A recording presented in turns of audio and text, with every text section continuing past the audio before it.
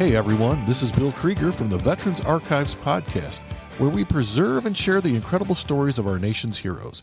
Catch us every Thursday at 5 p.m. Eastern on Wreaths Across America Radio, or stream anytime on Buzzsprout, Spotify, Apple Podcasts.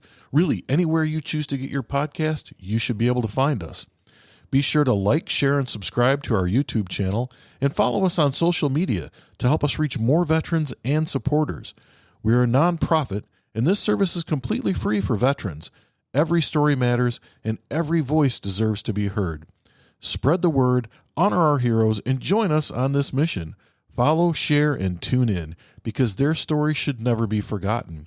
Learn more at veteransarchives.org. We'll see you there. I was reading the news Help Wanted section, and Southfield Dodge was advertising, no experience necessary, Well, later on I learned what that meant. But I thought, well, here we go. And the reason I wanted to do it is I had an uncle, my dad's youngest brother, was very successful with a Chevrolet dealer on the far east side of Detroit. Mm-hmm. Ted Ewald Chevy, right on Jefferson. And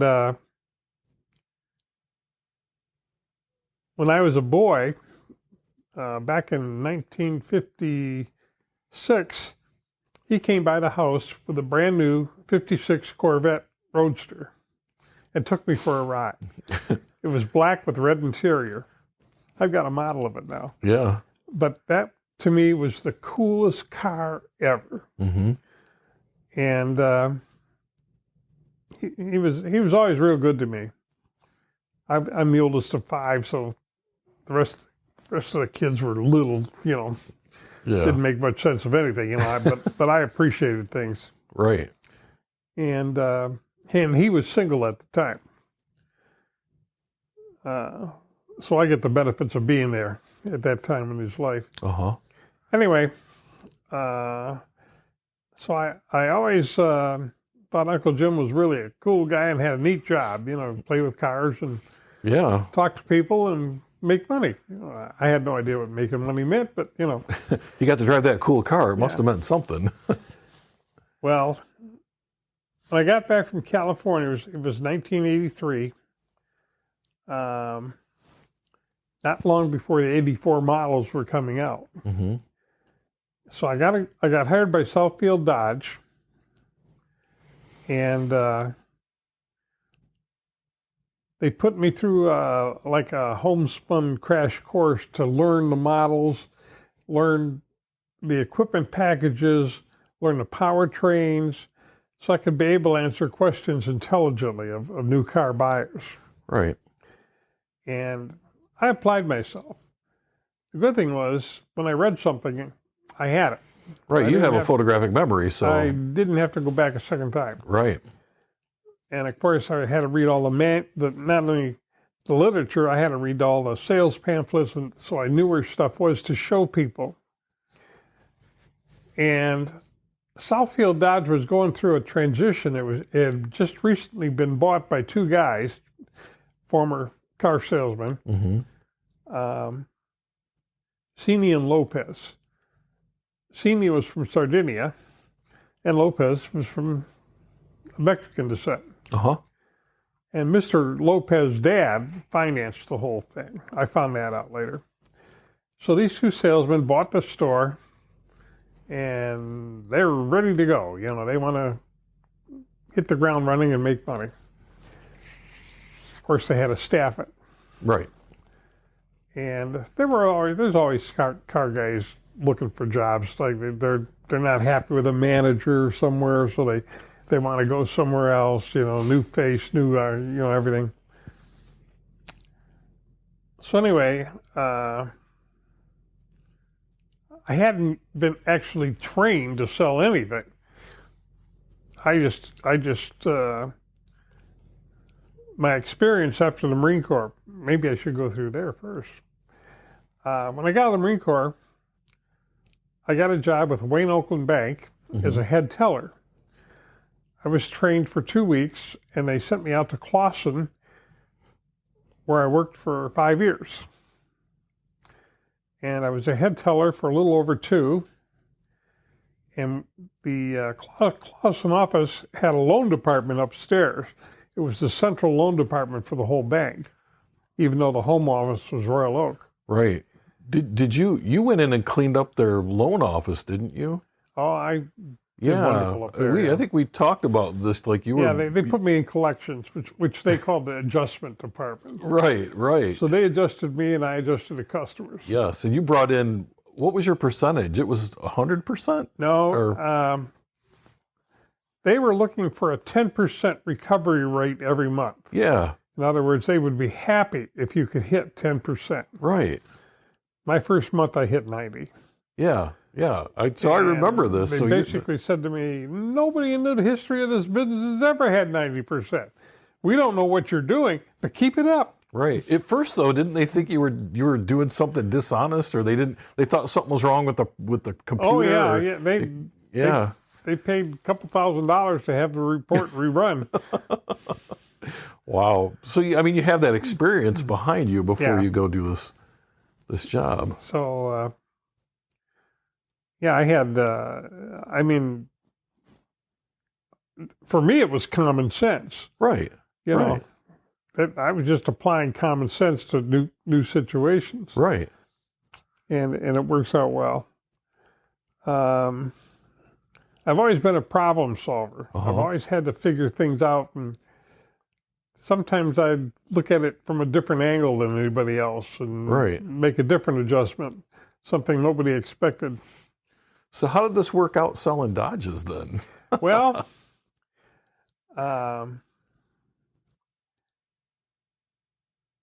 they finally put me on the floor. They gave me a little, we had a little offices. They gave me a little office, and they told me I'd be on the floor that night. Well, that night was the last night of the model year. So anything they could sell and get on paper counted toward as a total of their 83 business. Mm-hmm. And the total number of units and models that you sold by the end of the year counted for getting new ones for the next year. So if you wanted to be a big van driver, you better sell a lot of vans before the end of the year. If you wanted to be a good domestic, sedan saver, same thing. Right. And we had a new car on the Dodge inventory back then was the Dodge Daytona. Mm-hmm. It was a rename of a model that they had at one time, but this car was turbocharged, front wheel drive, a very zippy little car. Oh yeah. It had its growing pains, but it was, the amazing thing was the turbo was like a third generation turbo. The mechanics of the turbo solved a lot of problems that the Europeans were having. Mm-hmm. Volvos, for example, and things like that, were having problems with the turbines overheating the bearings, and they'd freeze up. Well, Chrysler mounted the turbo on the block, but they cooled it with water in a water jacket and oil in another compartment. So you had, and of course, the water is going through the radiator and the oil is going through the oil cooler. So both of those would dissipate a lot of heat very well. So it made it pretty reliable then. And I thought it was an amazing piece of technology that they were smart enough to do that. And of course, that would be a sales point to use. A lot of the other guys had no idea what was under the hood. Right. The car just looked cool. You turned the key, it ran, and it was a car. Right. But for some guys that worked, not for me. I had to know everything about what I was selling. Anyway, they put me on the floor for that final sales night. They had a big promotion going. They advertised on TV, Southfield Dodge, blah, blah, blah. And if you came in and even just test drove a car, you got a box with 2 wine glasses in it. Lead crystal wine glasses. Chrysler supplied them. The dealers paid for them, but Yeah. they got them from Chrysler. We ran out of wine glasses real quick. People were snatching those things up. So they gave me $100, told me to go to the hardware store. Guess what? Same wine glasses. What a surprise. They weren't in a Chrysler box, but Right. it was this. I looked at the same exact wine glasses. Local hardware. So, I'd buy a bunch of wine glasses, take them back. We gave those away. Anyway, so I was kind of like a go for it on the job, Yeah. I did whatever they needed. So that night, they let me loose on the floor. And so I get a customer. It's a family, husband, wife, 2 kids. Mm-hmm. Kids are like young teens. And Dad had a business attitude and moderate business clothes on, and wife was nicely dressed. The kids were immaculate. I mean, they fresh clothes, everything pressed. Yeah. And it's like the old days. You went out to buy a car. That was a big moment. Right. Right. And what they wanted to do was price out a new Dodge 600 convertible, another new model. Mm-hmm. We didn't have one of those cars at all. And we weren't going to get one because this store hadn't sold enough of anything to qualify. So the only way to get it is with an order, a sold order. Anyway, pricing out cars doesn't pay anything at all. You get paid on deliveries, and you get paid the next month. Right. So when you're in commission sales business, you better have room to stretch your finances with. I didn't care. I just wanted a foot in the door and get started. Yeah. Anyway, I started pricing out this car for him, and I was describing the car and its equipment as I priced it out. Mm-hmm. Asking the wife, would you want this or that, or, I mean, I'm assuming you want air conditioning, for the days you put the top up when it's hot out and you don't want all the sun, Yeah. Anyway, there were sensible questions. They answered sensibly. They were educated people.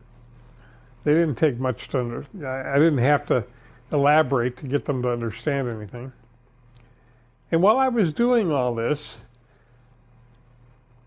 the husband kept anxiously looking out towards the front door, or the front window area. And we had a van outside. It was an 83 van. It started off as a Dodge. Was it Caravan back then? Was it Dodge Caravan? No, not a Caravan. This was a van. Oh, the large size van. Yeah. This car originally didn't have windows or anything in it. Uh-huh. And we had it customized. Oh, okay. So you had the base price of the van plus about $3,500 of customizing. Right. Oh, hang on. Attention available staff and members. Please join us in the main lobby for the honors procession. Attention available staff and members. Please join us in the main lobby for the honors procession. Yeah, member passed. Oh, that's too bad. So he's looking at this van. he's looking at, and finally he said something about, he says, and the van was it had a sale price right on it. Mm-hmm. Like it was a bottom line price. I mean, They're trying to get it off the lot. they're trying to get it out there. It was the oldest item in inventory. Uh-huh. It was where they had the most money invested, and nobody was showing that van. Right. I mean, there was no interest. People coming in weren't asking about it, and the guys selling the cars weren't trying to promote it. Like even asking regular customers, do you know anybody interested in a van? Yeah. Well, this family was. And from the size of this family, I mean, there were already 4 of them. And if they brought friends with them to go anywhere, that Dodge 600 convertible is going to be maxed out. Yeah. Or if they have any more kids, right? Yeah. Yeah. But the van had 4 captain's chairs in it, had plenty of room in the back. It had room for more. Yeah. Plus, it had a bed in the a fold-down couch that was a bed. So you could have somebody sleeping back there while you drove across country. Right. You know? I remember the conversion vans. It was kind of a big deal back in the 80s. And in '83, this was actually a nicely done van. It wasn't gaudy, but it had flared fenders. It had the steps. It had a trailer hitch, a trailer tow package on the chassis. Right. It was a pretty ready to go unit. And you could take it home that day. Yeah. If you wanted it. You could drive it to church that weekend. Right, right. So he's looking at this van while you're pricing out this car. He's asking about the van. Uh-huh. And I said, well, it's going to take me a while to get all this added up and go through it with the manager, which I'm required to do. I said, why don't you take that for a ride? And I went and got the keys. I got a dealer plate. It was a magnetic plate. I slapped it on the back, gave him the keys. I said, just take it for a ride, and I'll see you in 15, 20 minutes. Yeah. Like, no. I'm not going to, I had to take a big picture of his license to make it legal, but, for insurance purposes. But other than that, I just put them in it and sent them on their way. Well, Dad looked really good sitting up there in the captain's chair with a big van, And Oh, yeah. Mom's hanging on to him like, oh, boy, don't we look like something, And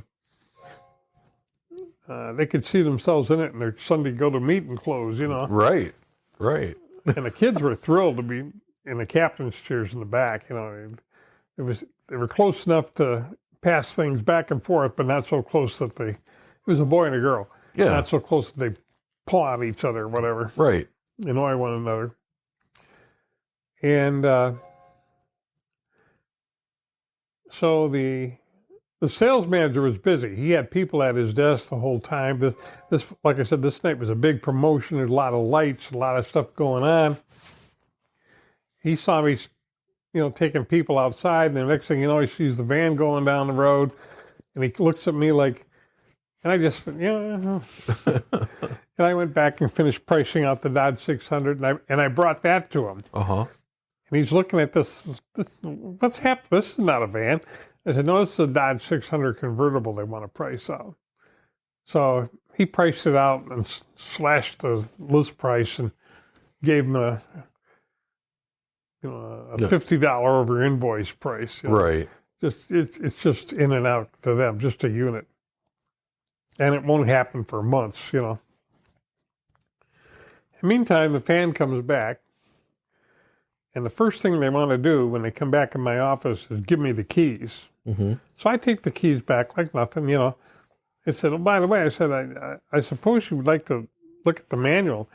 And the minute that big guy took that manual from my hand, I knew I had him. He owned that van, right? I knew that was his. So now they're reading an owner's manual. You know how boring those things are. Oh, yeah. Turn the air conditioner on, you do this, or flip the radio, to program the radio, do that. And they're going through it like it's a Bible, And finally I give them the price on a convertible, and well, that's interesting. But by now they've realized that convertible is not going to fit their plans. They want to go on vacations. Yeah. With a new vehicle. And a convertible versus a custom van, no, there is no comparison. So they bought the van. Mm-hmm.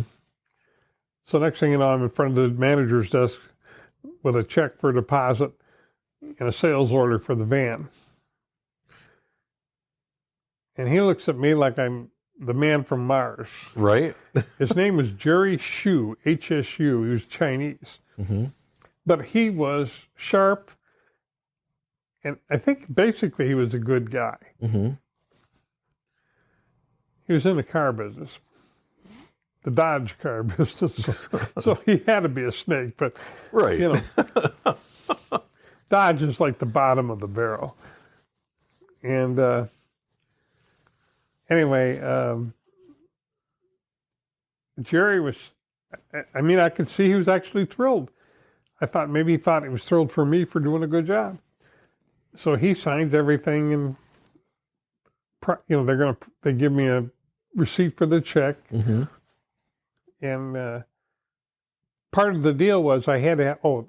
It did not have a trailer hitch on it. I had to put one on it. Okay. So part of the deal was I had to add a trailer hitch, and that was the only thing. And was a place right down the street that would do that. So it's like, it's my time. I got to take the thing down, get it done, and bring it back. Yeah. So anyway, it turned out that big sales event, I was the only guy that sold anything. Oh. The only salesman that made a sale was the new guy on the block with no training. Mm-hmm. Sold the oldest unit in inventory and the most expensive unit in inventory. And we delivered. I took the van down, got the hitch, delivered the van, and the fellow that bought it was the #1 guy for Prudential Life Insurance down the street. Oh. He ran the office. He was the big boss. So he was going to go to work in his new van, show everybody. Yeah. And I mean, he could see himself going places with this van that I couldn't even imagine. He had already had it mapped out in his head. Oh, yeah. Well, a lot of times a vehicle purchase like a house is kind of an emotional purchase. Oh, it's not it's the second biggest purchase most people make in their lives. Yeah. Yeah. It's not just a business transaction. Yeah.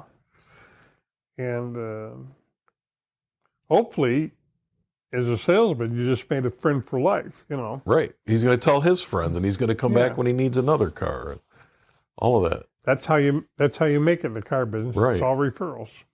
So how long did you stay at this place? 90 days. Oh, okay. So what happened and where did you go? What happened was the sales event was on a Wednesday, I believe. Uh-huh. It was the last day of the month. And Friday, we were getting all ready to go home for the week. We didn't work on the weekends. We're getting ready to leave the business. And as everybody was leaving, Jerry waved me over and says, stay behind a minute. I want to talk to you a minute. So I stayed behind. The showroom's empty. Mm-hmm. I don't know what was going on in the shop, but showroom's empty. And Jerry's sitting at his desk and says to me, "You want to know what you would have made with that van?" And I just stood straight up and I said, "Wait a minute. What do you mean would have made?" He says, "Well, you were on probation. Your job doesn't actually really start until Monday." So what they did was they stole my commission. They gave it to some guy that they had that had been a good salesman at one time, but he had fallen on hard times. He hadn't made any money in a long time. The commission on the van was $400. It's a lot of money. Which was better than anything else we had in inventory. There was a bonus just to get it out the door. Yeah. So they gave it to him.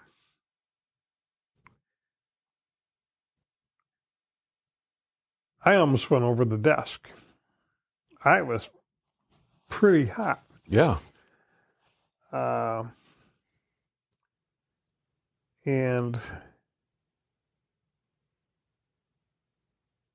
it was a situation where, fortunately, my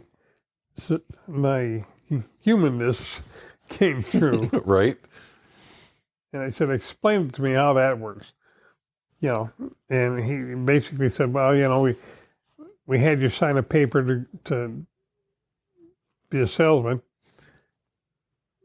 but it didn't start until Monday.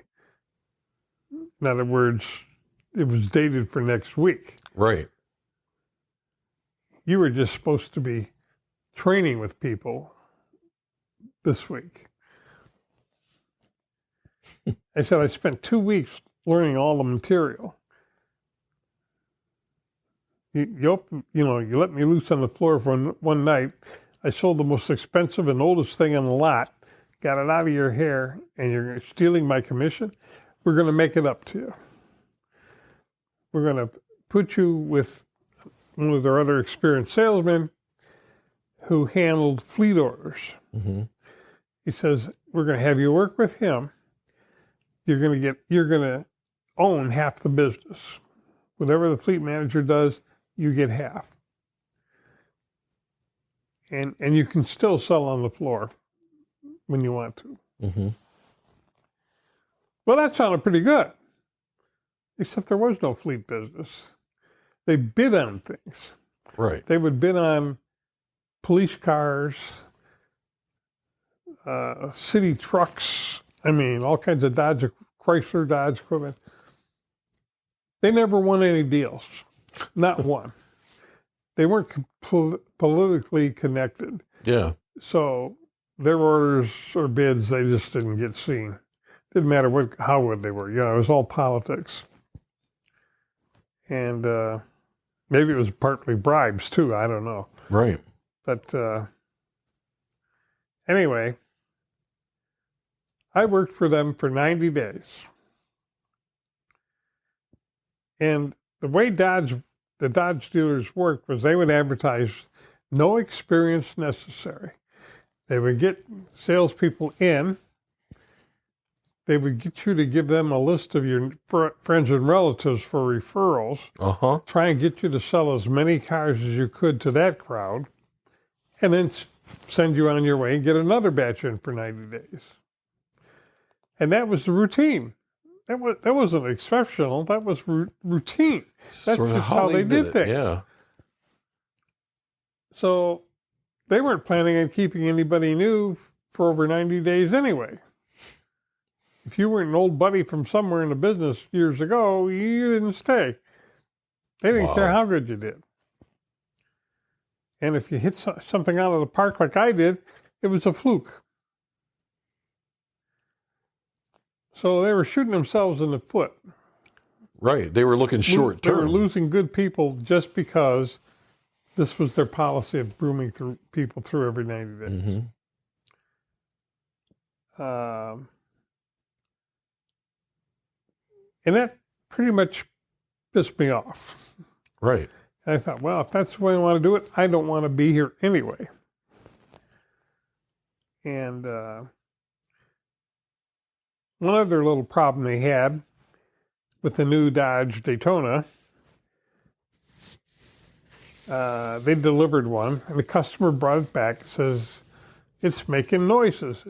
Something's vibrating, and I can't figure it out. So they put it in the shop. It was there for two to 5 days. Mm-hmm. They drove it around. They couldn't figure it out. So I'm standing there one day, and they got the car idling. And it was a gorgeous car, really. The paint scheme was phenomenal. And I love driving them. They're a really hot little car to drive. Oh, yeah. They made the mistake of letting me out in a Chrysler test track with one. And they had an engineer ride with me. Uh-huh. Kind of like, well, you go with all these trainee drivers and see if they got any questions, intelligent questions about the car and that.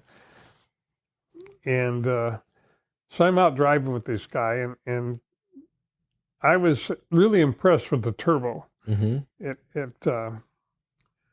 They had developed a car that had no turbo lag at all. You step on the gas, you had it right then. Yeah. And they had also changed the length of the control arms to the front wheels so that there was no oversteer on one side or the other. It was even. Mm-hmm. So this car tracked really well. And the suspension held the ground pretty good. It wasn't a 911 Porsche, right? But it would have been like a 900 Porsche. Right. It's the poor man's Porsche, it right? It had four wheels, yeah. Yeah. Anyway, I'm driving down this track, and I'm coming up to an intersection. And this guy says, yeah, it's pretty good suspension. I said, well, let's find out. I said, have you ever done a 90-degree turn? Mm-hmm. He said, well, no. And I went around that corner at 90, so 90 degree left. I went around that corner like in a 4-wheel drift with the gas full on, and he's hanging on for dear life, and the car just stayed perfectly fine. It didn't rock or roll or anything.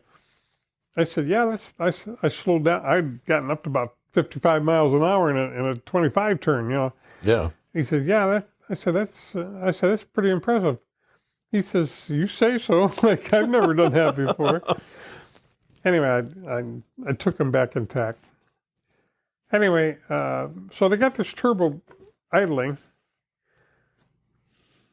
and I'm listening to it, and I can hear this bzzz kind of a sound, something vibrating. And there was a guy lighting a cigarette. One of the mechanics was lighting a cigarette using a matchbook. Mm-hmm. And he pulled out like the last match. He was going to toss the book. I said, can I have that? He said, sure. So I took the matchbook, closed the cover, folded it in half. I opened the hood, and there's a panel on the hood that catches rain, so that won't rain on, it's air ducted, but it's like a rain catcher. It's got a little drain on one side, so it goes over the side of the engine, doesn't hit anything. But this thing is held on with 2 rivets. So the thing is vibrating. So I took the matchbook, shoved it in there, closed the hood, and I said, fixed.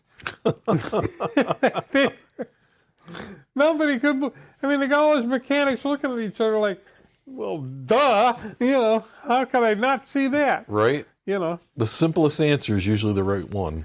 It wasn't a permanent fix. You'd have to make some adjustment, but for just to demonstrate what the fix would be, it worked.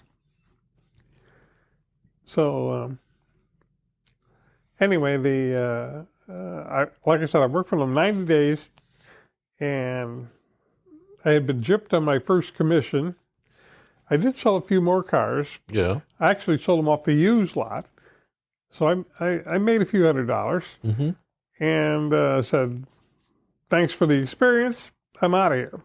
Look, I'll never sell Dodge again. Right. So I went down the road on foot looking, I ended up at Livonia Oldsmobile, and walked in the door and got hired. He asked me what experience I had. I said, well, for 90 days I worked at the Dodge store. And I told him the story about the van. They said, yeah, you'll do okay here.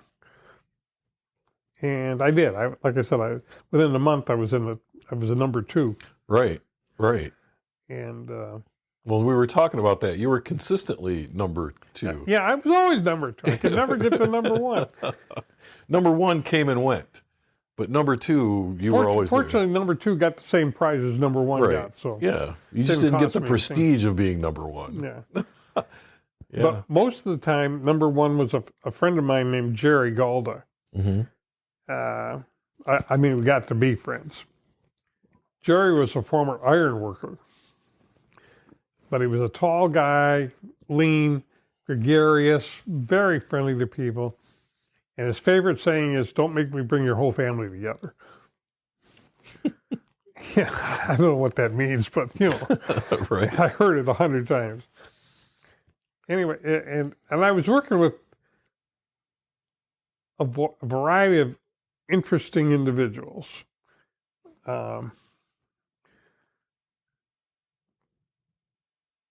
One guy was like an old-time salesman. He'd been selling cars for 100 years, Right. Been around a little while.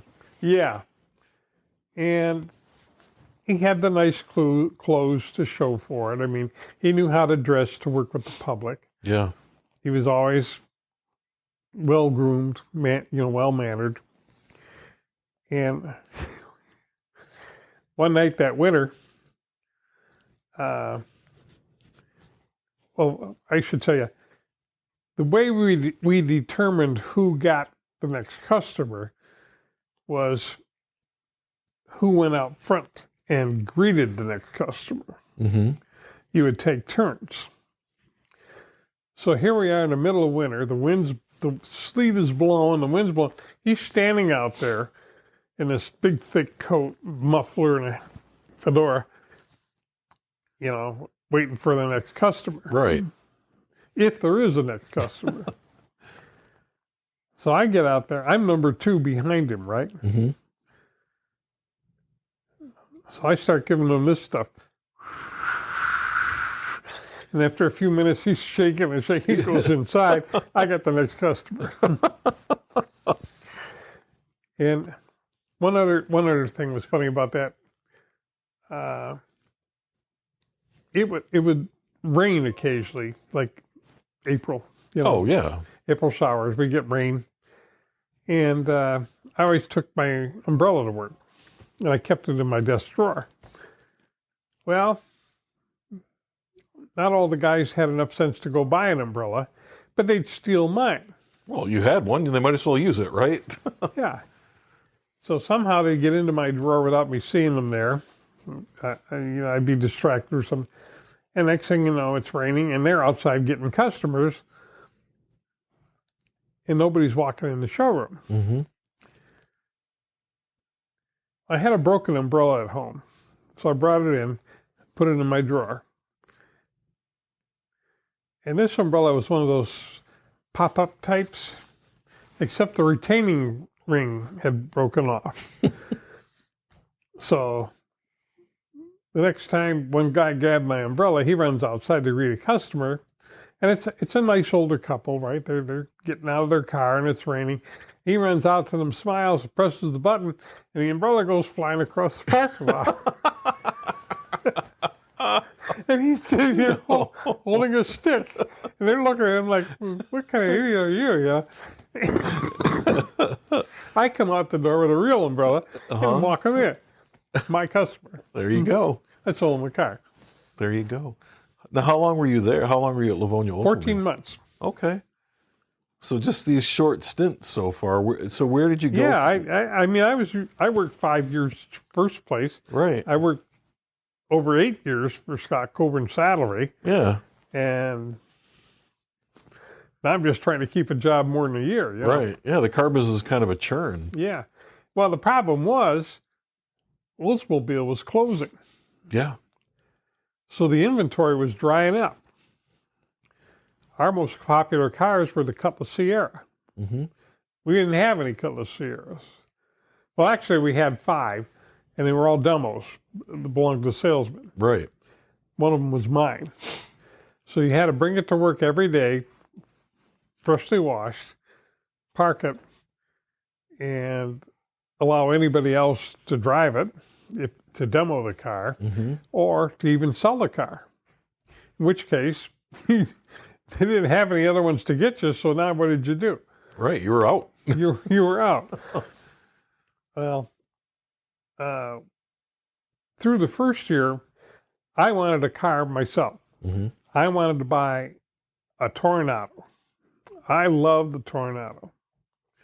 It looked right. I had long legs that fit me well. My friends were 6'5". Yeah. You know, and it was a very nice riding car, beautiful car. So one day we got a trade-in. It was a 1-year-old Olds Caliente, Tornado Caliente, which was the top line package. Mm-hmm. Leather, chrome strip up the door. Really classy car. All the good stuff. Well, the general sales manager wanted that for a demo. And he could have it for as long as he wanted it and then sell it, you know. Yeah. So he had the car detailed, came out of the detail shop, and the manager there was a guy named Jim. And I had gotten to know him hanging around the dealership. And Jim had his crew detail the car. They put it out front to let it dry out, in the sun. It was a nice day. And the boss went out, opened the door, and damn near died. And I heard later, he described it as, it smells like there's a dead body in there. Oh, no. I mean, this beautiful car reeked. It was awful. And if you've ever smelled a decaying body, Yeah. that's what it smelled like. Yeah. It's an awful smell. Ugh. So anyway, they ran it through detailing again, had it all vacuumed and perfumed and everything, put it out front. It was just as bad as before. So the general manager knew I knew something about cars. He says, Donna, go out there and analyze that car. Tell me what's wrong with it. He didn't tell me what the problem was. Right. Okay, so I go out, I open the door, and I sit down. I go, oh, God. And I'm looking around the car. And I got out and I inspected the roof. And somebody had installed a half roof, they call it, which was a heavily padded vinyl top. Yeah, like a Landau. A Landau. Yeah, I know what you're talking about. Yeah. Well, those things are fine if you do it properly. And because that's a modification that cuts off the drain system on the roof, you've got to have a supplemental drain. Mm-hmm. Something that won't interfere with the car. Well, somebody decided to run that drain so that it drained inside. And they figured it would be fine. So that told me what I wanted to know. Uh-huh. So I went back to Jim, the delivery guy, and I said, Jim, have your guys pull the rear seat cushion out of the car, completely out. Tell me what you find. So it took them a few minutes, but they got a couple guys out there, and they got the rear seat cushion out. It was a mushroom farm. Oh. Mushrooms were like this big. Oh, no. No. 6, 8 inches across. No. So everything you're smelling was spores. Yeah. And, mushrooms are damp. They hold moisture, so They stink. it was like a wet, dead dog. Yeah. And so he explained it to the general manager. The general manager come back to me. He says, what's the fix? And I said, the only way to get that smell out of the car is an acid wash. You've got to completely clean the spores out of where they're growing. Yeah. I mean, you've got to kill them. And if you can't use radiation, you got to use acid. It's the only way. So there are professional companies that will do that for you. But it's costly. Mm-hmm. But let's face it, you've got a car there you can't sell. You're never going to retail that car. Right. It's only worth scrap metal the way it sits. So somebody's going to have to wash that car to make it useful again. I said, but once it's done properly, it'd be great. I'd buy it. So they wholesaled the car. They found a wholesaler would just take it as is and get it out of there. And I told them, like I said, by now, I'd been there 6, 7 months. I was always the number 2 salesman. So I finally realized I can write my own ticket. Yeah. They want to keep me. Yeah. I mean, in December, when the average number of deliveries was 3, I delivered 14 cars. That's a pretty big deal. Yeah. And, the fact that Santa Claus was coming didn't slow me down. Yeah. Everybody else goes, oh, it's Santa time, and people are saving their money for other stuff. Car guys have more excuses not to work for any. It's Halloween. It's Thanksgiving, deer hunting, St. Patrick's Day. Yeah. You name it. Yeah. They've always got an excuse. I look for opportunities. Right. And my hobby's flying. renting airplanes and buying gas for my dad's airplane was expensive. If I wanted to fly, I had to make money. I got to pay for an apartment, pay for a car, pay, everything like everybody else. But I also had to feed the airplane. Right. There was no other way.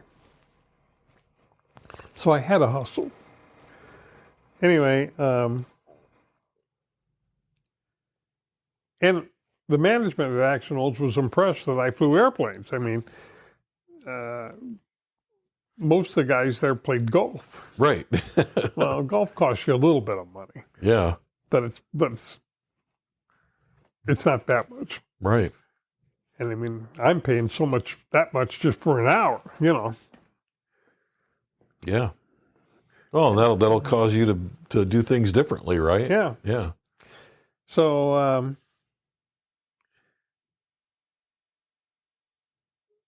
while I worked for Scott Coburn, I became a private pilot. Mm-hmm. I got my instrument rating with the VA's help. Got a commercial license with the VA's help. And I pretty much thought that's my bucket list. Yeah. I wanted to be a commercial pilot. I wanted an instrument rating, and I'm set for life. I mean, I'm only flying single-engine airplanes, but that's all I wanted to fly. Yeah. I really wasn't interested in flying a bus with 2 engines and people in the back. And, Right. just give me little jobs. I'll be happy. There's more flying with little jobs anyway. Yeah. So, and I was still looking for that little job, Right. I really didn't want to be an instructor. I knew the regulations, I knew weather, I knew communications and all that stuff. And the idea of trying to teach somebody and then being responsible to say they know what they're doing really didn't appeal to me. Right. You wanted to fly. Yeah. Yeah. That's what that was your I wanted thing. to be in command of my own Right. self. Right. And as pilot in command, I was the captain. Yeah. Any airplane I got on, as far as I was concerned, if I was flying with somebody and if it had dual controls, I was the captain. So having a job was a way to pay for your flying habit. Yeah, that's all I worked for. Right. Well, so how long did you stay in the car business then? Over 8 years. Okay. All right. And what did you do when you got out of the car business? Because you still got a flying habit. Well, I finished up at Action Olds. Like I said, their inventory was disappearing. Right. We were mostly selling used cars at this time. And I felt bad for the owner of the place, but we were going to starve to death. Yeah. Well, my friend Jerry, the number one guy, had left the store a few months before me. He had been there before, and he left before me. Mm-hmm. He got a job with a store in Wayne, Michigan, on Michigan Avenue, called Budget Car Sales. It was not Budget Rent-A-Car. It was the sales company that sold the rent-a-cars. Okay. And he called me up. He said, "You have to come over here. It's a gold mine." Well, leaving Action Olds, where everybody was scratching to sell used cars, a gold mine sounded pretty good. So I went down to see what he had. Uh-huh. So they were selling a lot of Lincoln Town cars, big Oldsmobile, and like 98s, 98 Regencies, big Buick Park Avenues. They had a few smaller GM cars, but most of this was about luxury sedans, American luxury sedans, priced right. I mean, these cars had been depreciated as rental cars, so they might have 15 to 20,000 miles on them, but they had regular maintenance. Mm-hmm. They were in decent shape, and they were cheaper than what the dealers had. So, yeah, it looked pretty good. Yeah, it's a great deal. So I went over to Budget Car Sales. I was there 14 months. I was always their number 1 or 2 salesman for the month. I also filled in for managers when they were on vacation. So 2 weeks at a time, I'd be a manager, and they'd just pay me a flat $1,000 a week. It wasn't as much as I normally made, but It was a guarantee. it was guaranteed. It gave me a chance to have something on my resume different than sales. Yeah. And I helped a lot of salesmen learn how to sell and make money. In other words, I had a salesman. He was a freshly married guy, big Arab type guy. He married a dancer, an exotic dancer. He didn't have the best choices in life. I mean, to me, that's just looking for trouble. Right. But he loved her, He was infatuated. Oh, yes. And the weekend he was getting married, I was driving a demo. It was a Pontiac Grand Prix, Burgundy. Real pretty car. But it was inventory. I mean, anybody could have sold it at any time. And he begged me, he says, could I have that for the weekend? I'm getting married, blah, blah, blah, blah. I didn't know who he was getting married or anything. And I said, yeah. I said, I got my and by then I had purchased a Tornado at Action Holds. I got an 83, Uh-huh. a used car trade-in. It was a GM worker that owned it. The car had never seen rain or snow. Yeah. It spent its whole life in a garage. At low miles, beautiful car. And it was light blue with a dark blue interior, which is a combination I happen to like. Oh, perfect. So I told the salesman, fine, take the burgundy car. Well, Monday morning, he was a little late for work. Figured, well, if he got married, he's probably going to be late. Because I knew he wasn't on vacation. And finally, he gets dropped off by somebody. He comes in and reports that the car was stolen. And he felt very sheepish telling me Right. about I said, you didn't steal it. I didn't lose anything. I don't feel bad. I said, I hope for your sake it turns up, but otherwise it's going to be an insurance claim and there's going to be a deductible involved. You're darn well sure they're going to charge you for it. So at the end of the week, the car turned up. And the car was still pretty good looking, but it had a budget would put these heavy case steel enhancements to the steering column to prevent theft. And that didn't slow these guys down. They cracked that thing off like nothing. Uh-huh. And so the car was sitting in a police garage downtown somewhere. And so we had to go get it. And they told us, you'll need a screwdriver to start it. I'm thinking, what the? I need a screwdriver to start. So Yeah. I told him, I said, I got the salesman responsible. I said, you're driving me down. We're going to do that on your time. Yeah. You lost it. This is your penance. You got to leave time on the floor. It's probably going to cost you an hour or two, And so anybody else gets those ups, Anyway, so I get down there, and sure enough, the column has been cracked. The key lock mechanism is gone, so there's no lock on the steering wheel. And when you turn a key on a column, it's actually pushing a lever to basically a starter button. So what I had to do is stick the screwdriver in there to start the car, take the screwdriver back out, and I could drive the car. Right. And then later on, we'd have to send it to a shop and have it fixed. So, excuse me. So we did that, and I went and got the car, brought the car back. Management didn't want to take time trying to fix the steering column, so they just wholesaled the car. Yeah. No problem. Out of sight, out of mind. They didn't lose anything. We just didn't sell it retail, Right. And so that was the end of it. Didn't cost anybody anything, really. We had a manager,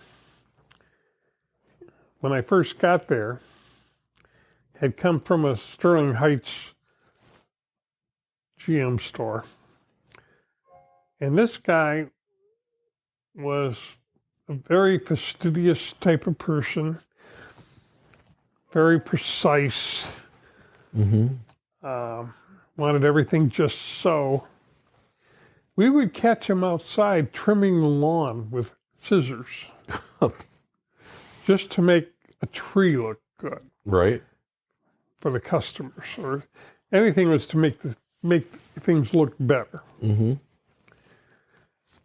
And we got in a car.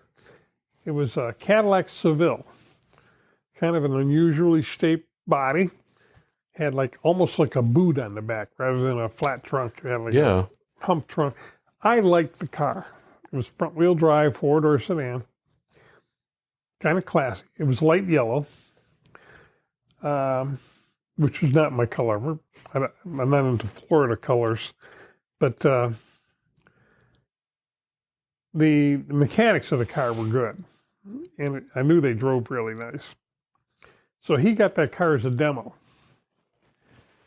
He put money into it. He had things added to it.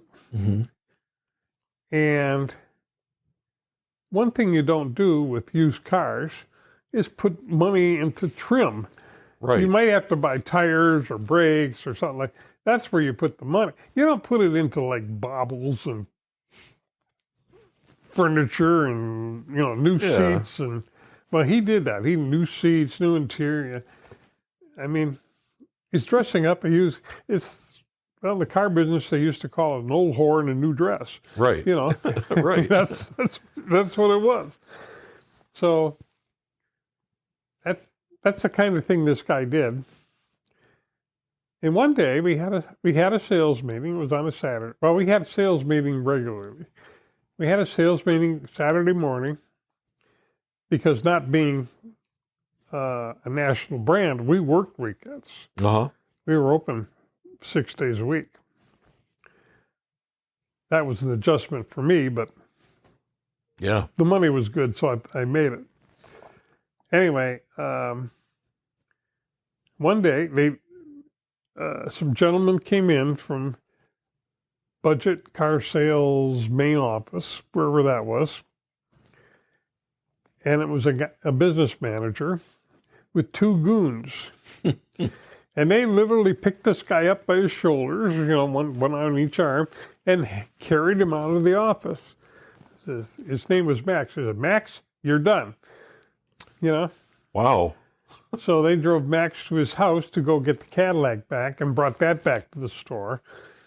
Handed him a cardboard box. He could put whatever he could fit in it from his desk, and they carried him back out again. That was the last we ever saw of Max. And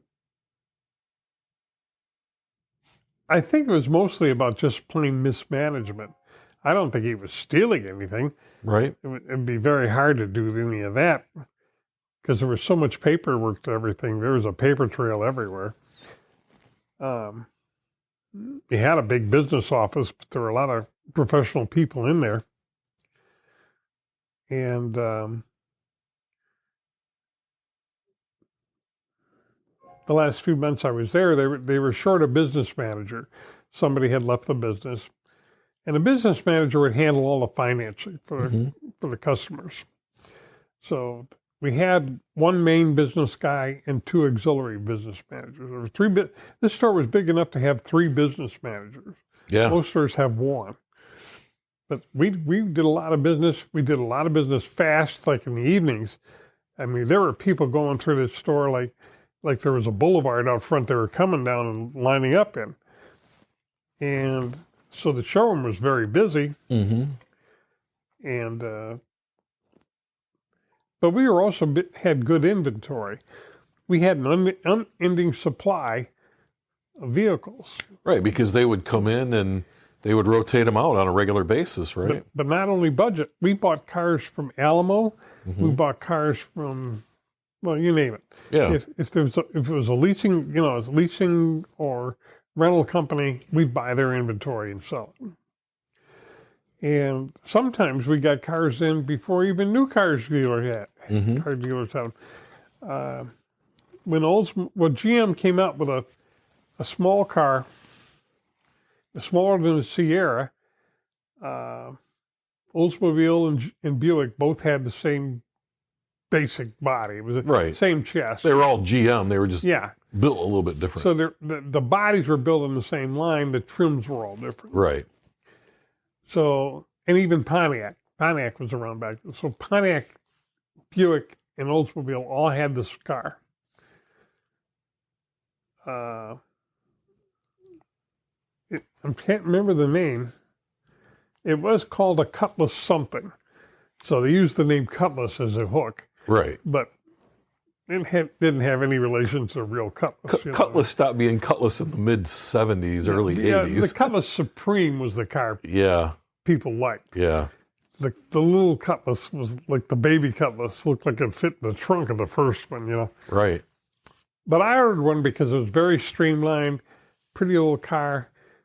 So I ordered a brand new one for myself.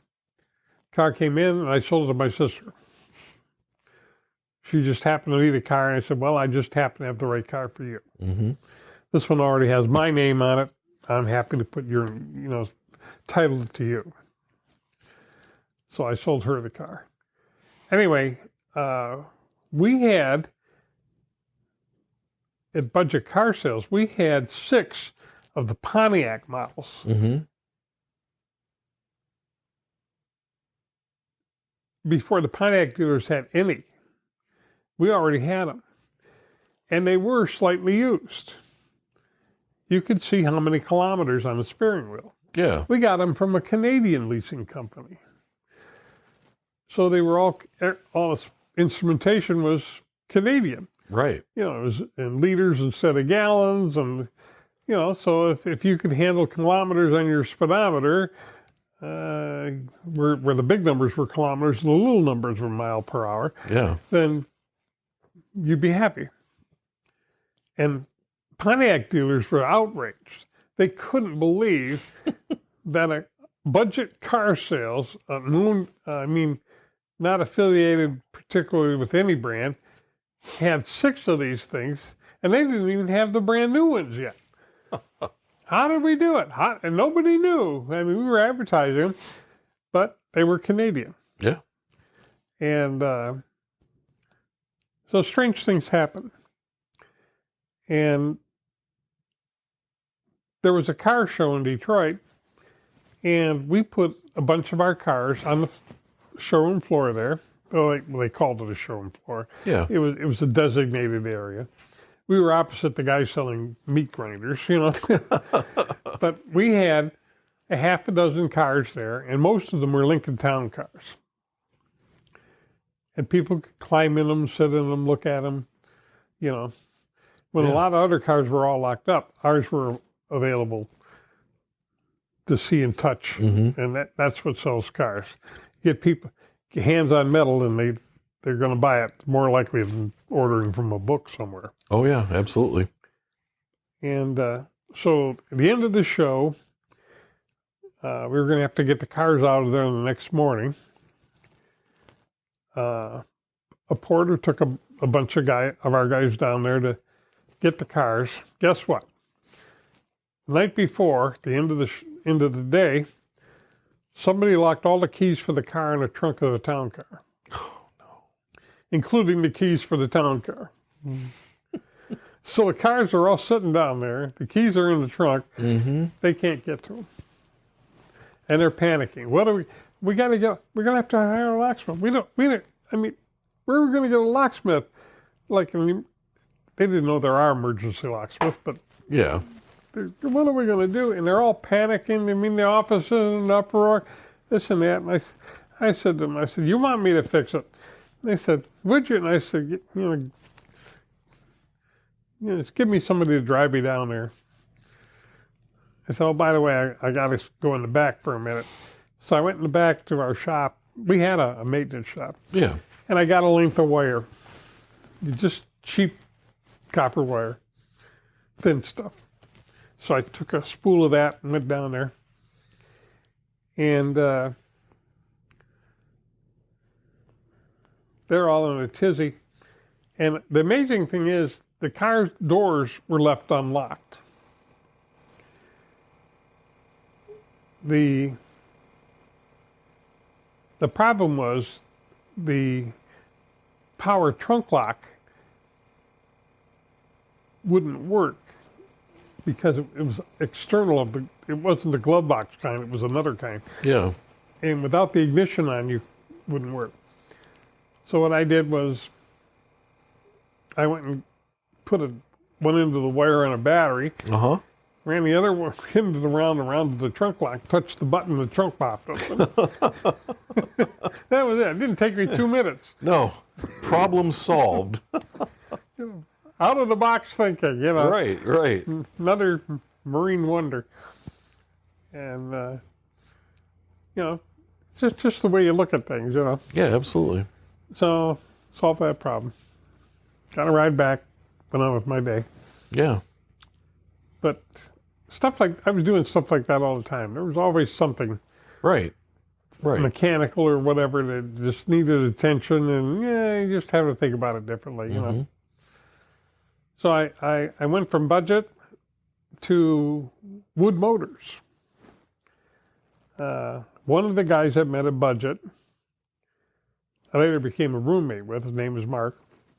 He was the number one salesman most of the time. Big, gregarious young guy, get people laughing. They laughed with him like he was an old lost family member. They didn't even know why they were laughing. But he had he had been a bartender previously. He had a way with people. He'd get a guy really looking at a car, and you'd see the guy maybe had a little bit of interest, and he described the car as a real panty dropper. So the guy would buy the car. Well, yeah, of course. Because it's he came back to his buddies now. He bought a panty dropper. The craziest stuff. Anything to sell a car, right? I'm trying to keep a straight face. Right. Anyway, but Mark was a hoot, and the thing was, he didn't know much about cars at all. I mean, he didn't know how to drive them. That was about it.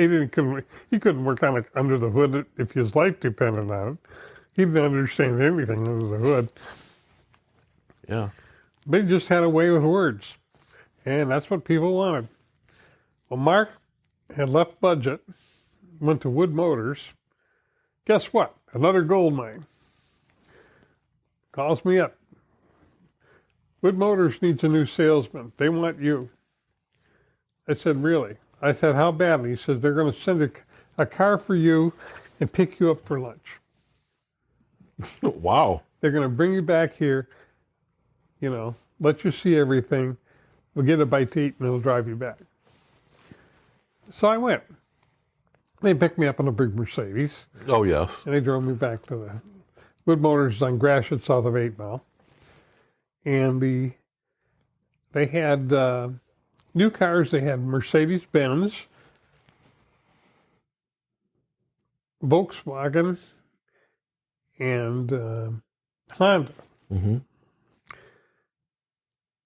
Later, they added Mitsubishi, and they bought a Volvo store.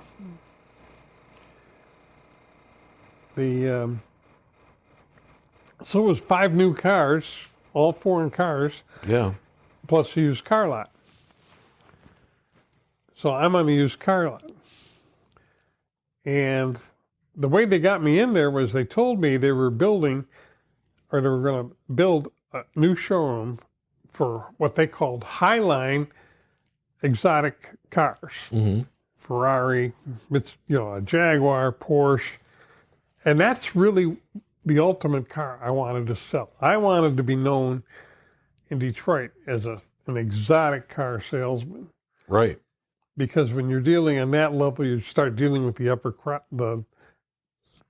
class or the money class that buys those kind of cars, sports people, things like that.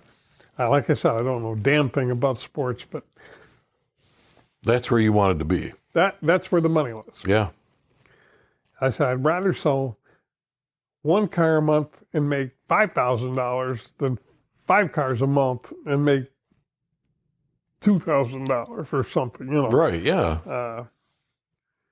Again, everything's going into the airplane, into flying. I mean, I'm flying airplanes. That's what I do. Yeah. If you only got to sell a couple cars a month, you got more time and money. Yeah. Yeah.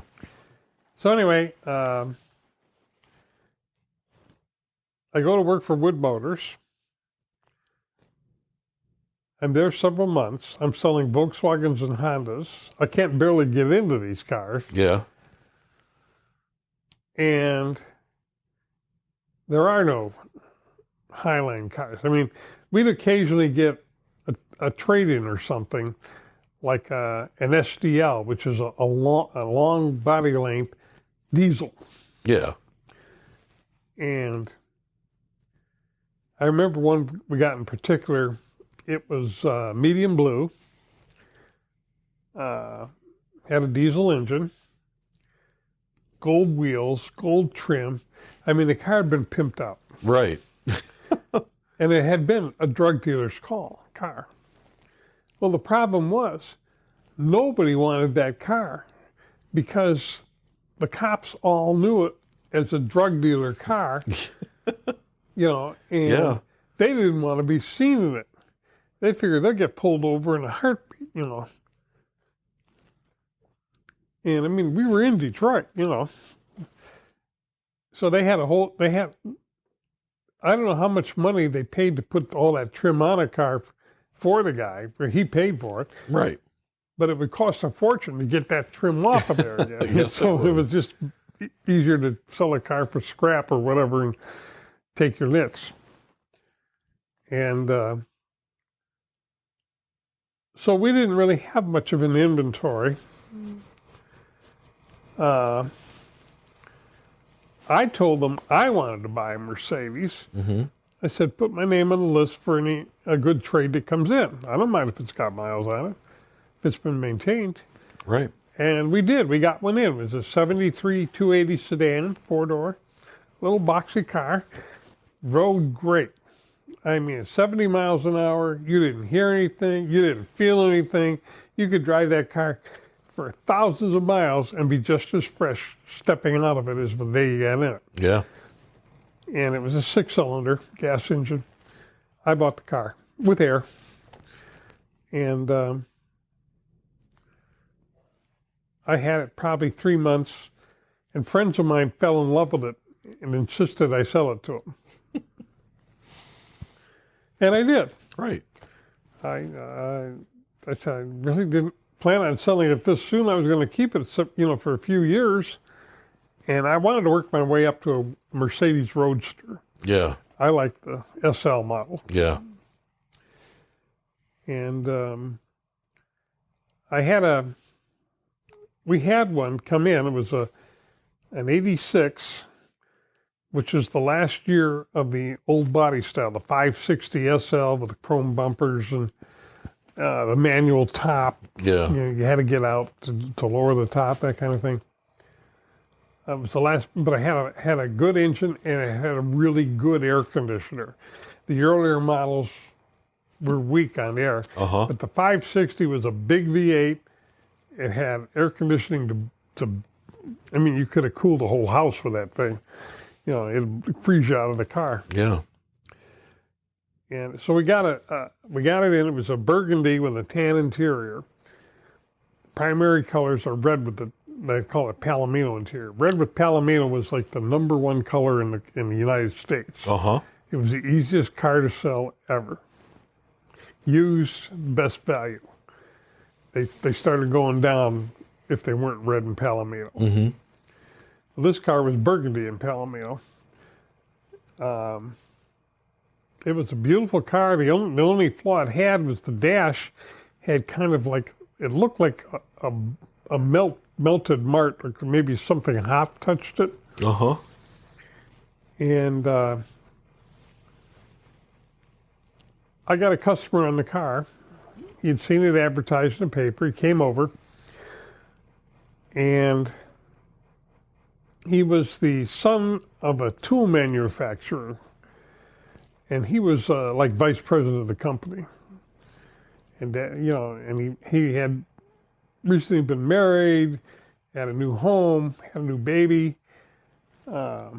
gorgeous wife, and he wanted to buy her something nice for his birthday. And she liked Mercedes convertibles. Yeah. But she just wanted a convertible. Yeah. He decided she was going to have a Mercedes convertible. She was that kind of classy lady. She'd look good in it. So he came over to see it immediately. So, started working a deal. And so I took him for a drive in it, let him drive it, make sure that's what he wanted. He says, yeah, this is it. So I said, well, financing was like no problem at all. This is the first customer I had over there that had no bad history ever. I mean, Right. he had, I think he carried an American Express Platinum card or something, Anyway, could have bought it on the credit card, Oh, yeah. And, but he was kind of concerned about that little mark in the dash. I said, if it's part of the deal, I can have the dash replaced under warranty. This car still has warranty. And that's a manufacturing flaw. You can see it came that way. It wasn't something that happened to it later. So we ordered a new padded dash for it. And new padded dash came in, had the same mark in it. So obviously that wasn't going to work. And we said, well, rather than risk screwing the car up trying to get the old dash out and put the new one in, we recommend you take it with the dash as it is. And they gave him a little adjustment on the price. Right. He was happy with that. You could, unless you weren't looking for it, you really couldn't see it. So, and from the driver's seat, you couldn't see it at all. So I worked out a delivery for him. And most deliveries were done right at the dealership. People came in, signed the papers, handed them the keys, and they drove away happy. That wasn't how he wanted to do it. It was her birthday that Saturday. Wanted to give it to her wanted to have it in the garage for her birthday. How do we do that? I can't take it home on Friday. She'll see it. It won't be the same effect. Right. The store is closed on a Saturday. How do we? I said, well, let me talk to management. So what I had him do was I had him detail the car and then park it on the used car lot behind the fence. And I said,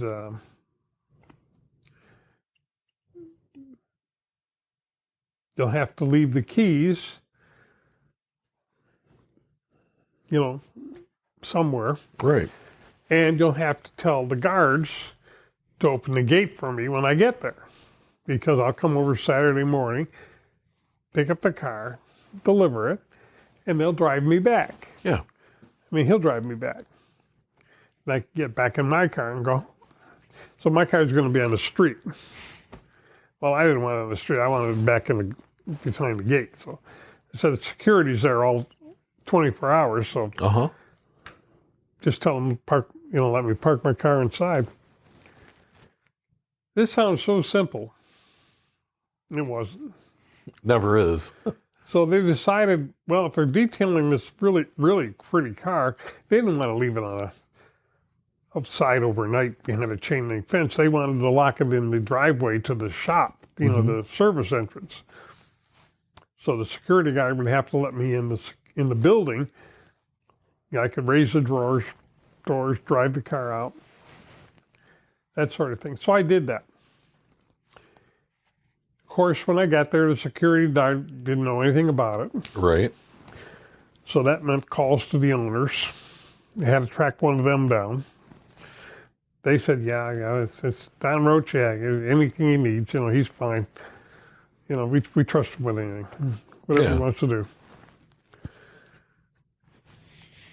And so I had a good reputation with him. Like I said, I was always like number two, one or two. Right. So I was making really good money. And, for that store, And so I drove the car. The guy's house was out the other side of Ann Arbor. So I found the house. Wife was off playing tennis. Dad was home with a baby. Really cute baby. Anyway, we put the car in the garage. We put a ribbon on it. He had a ribbon for it, so I put a ribbon on it. I was sitting in the kitchen waiting, So she comes home from tennis, opens the garage door, and there's her present. They have a moment together to celebrate the new deal.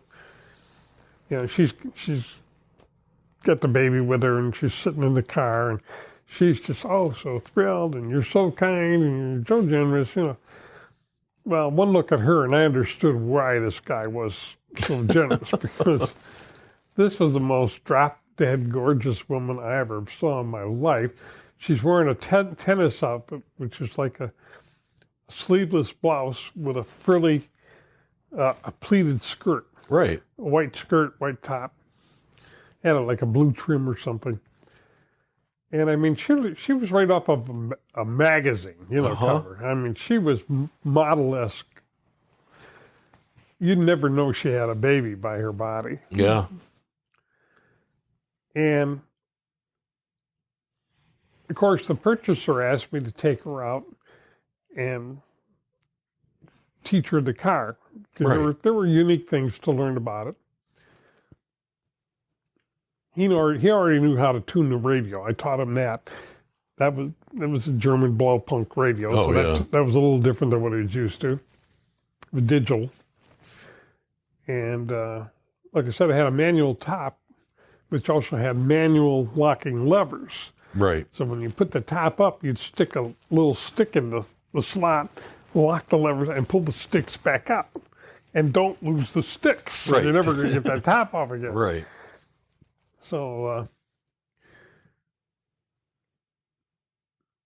and it had a unique way to lock the rear part of it, because the whole top would fold up and come out. So you had to lock both ends down. And the back one latched on a single peg in the back. You had to push it into a certain point, and then there was a lever on the side you pushed forward that snugged the top down. Yeah. So it was an involved process. It worked really good. You had pretty good seals once it was up, but it took a moment. So I'm going for a ride with this gorgeous lady, very nice personality, and it's clouding up fast. Those clouds came out of nowhere. Right. And this is kind of hilly country out there, and I'm looking at this, and I'm thinking, we need to find shelter. And I suggested to her, why don't you pull into a drive-in somewhere where they got a roof? Because I think we're going to need it. Yeah. Well, we didn't make it. Oh, no. Cloudburst came over and whacked us. I'm wearing a sport coat, Right. What she's wearing turned transparent in rain. Yeah. Yeah, white clothes when they get wet, that'll happen. Let's take a quick break. Hey, listeners, we need your help to keep the Veterans Archives podcast going. We're a nonprofit dedicated to preserving the stories of our nation's heroes, and we provide this service completely free to veterans. Your support helps us record, share, and archive these incredible stories so future generations never forget the sacrifices made for our freedom. Every donation, big or small, makes a difference. Visit veteransarchives.org to contribute today. Help us honor their service by ensuring their voices are heard. And thank you for your support, and thank you to all the veterans who have served our country. And if she had any undergarments on, they weren't much because they turned transparent. So I'm sitting with this woman, and it's like standing next to a friend's wife in a shower. Right. You didn't expect her to be there. Right. You know? And you're looking at each other like... Very uncomfortable. And she's just carrying on like she's driving her car, and she's laughing. Oh, I get rained on in my first time out in my new car, And she's looking for... I told her, I said, well, find a bank or a gas station, anything with a roof over it we can drive into. I finally pointed one out to her, and we pulled in. So... while she was sitting there, I showed her how to work the top. And there is a manual in, I told her, there is a manual in the glove box. Right. It's just like any other new car. This one has one. And it goes step by step how easy it is to do. And she was still laughing by the time we got back to their house, And of course she gets out of the car and her husband's looking at her like, holy cow, what happened to you? He's looking at me and I'm looking like, It rained. What can I say? Yeah. And so they had a big laugh about it. And he and I dried the car off with some towels, the insides, to drive it back to the store, And he wanted to see how it handled in the rain anyway. And I explained to him, I said, the good thing is the transmission starts off in second gear. It'll only go into first if you shift it down into to low. Otherwise, it starts off in second, which gives you more traction in rain and snow anyway. Yeah. It's not a drag racer. It's not supposed to be the Corvette off the line. It'll be the Corvette top end all day long, but not at the bottom end. So... that was cute. Anyway. Yeah. So how long were you at Wood then? Was that about 14 months? Okay. That seemed to be my... I don't even know if I made it that long. So where did you go from there? I went from Wood Motors to Royal Brand Ford. Okay. And how long did you stay there? 2.5 years. Okay. So you're starting to get a little more time. And then where did you go from there? After Royal Brand Ford, I went to Mead Leasing. Okay. No, wait a minute. Let me think about that. No, I didn't. I was up in Troy. I went from Detroit to Troy. I went to work for Suburban Toyota Volvo. Okay. Suburban's still around. Yeah. Yeah, they've been doing it for a while now. So would this have been in like the early 2000s then that you went to Suburban? Excuse me. Yeah, I think it's about that time. Okay. And then how long did you stay at Suburban? 90 days. Okay. And then where'd you go from there? Let me tell you about Suburban. Yeah, tell me about Suburban. Yes. I met Suburban Ford. Well, actually, I took a customer's car in for service at the Jaguar store in Troy, next door to Suburban. Okay. And I was standing outside just getting some fresh air, waiting for a ride. And a wholesaler I knew from Detroit, from Wood Motors, comes by and sees me and says, "What are you doing here?" "Well, I just had a customer's car. I volunteered to take it in for service for him." He says, well, I'm working right next door. I'm the used car buyer for Toyota, Suburban, Toyota, Volvo. We need good people. We need Highline salesmen. They want to sell Highline cars. We need a Highline salesman. You got to come over and interview with these people. And I mean, he was so excited to see me there. I thought, well, that's the best reaction I've ever had in this business. So I went next door.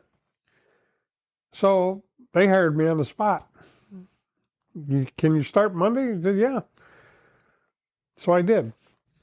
So I started that Monday, and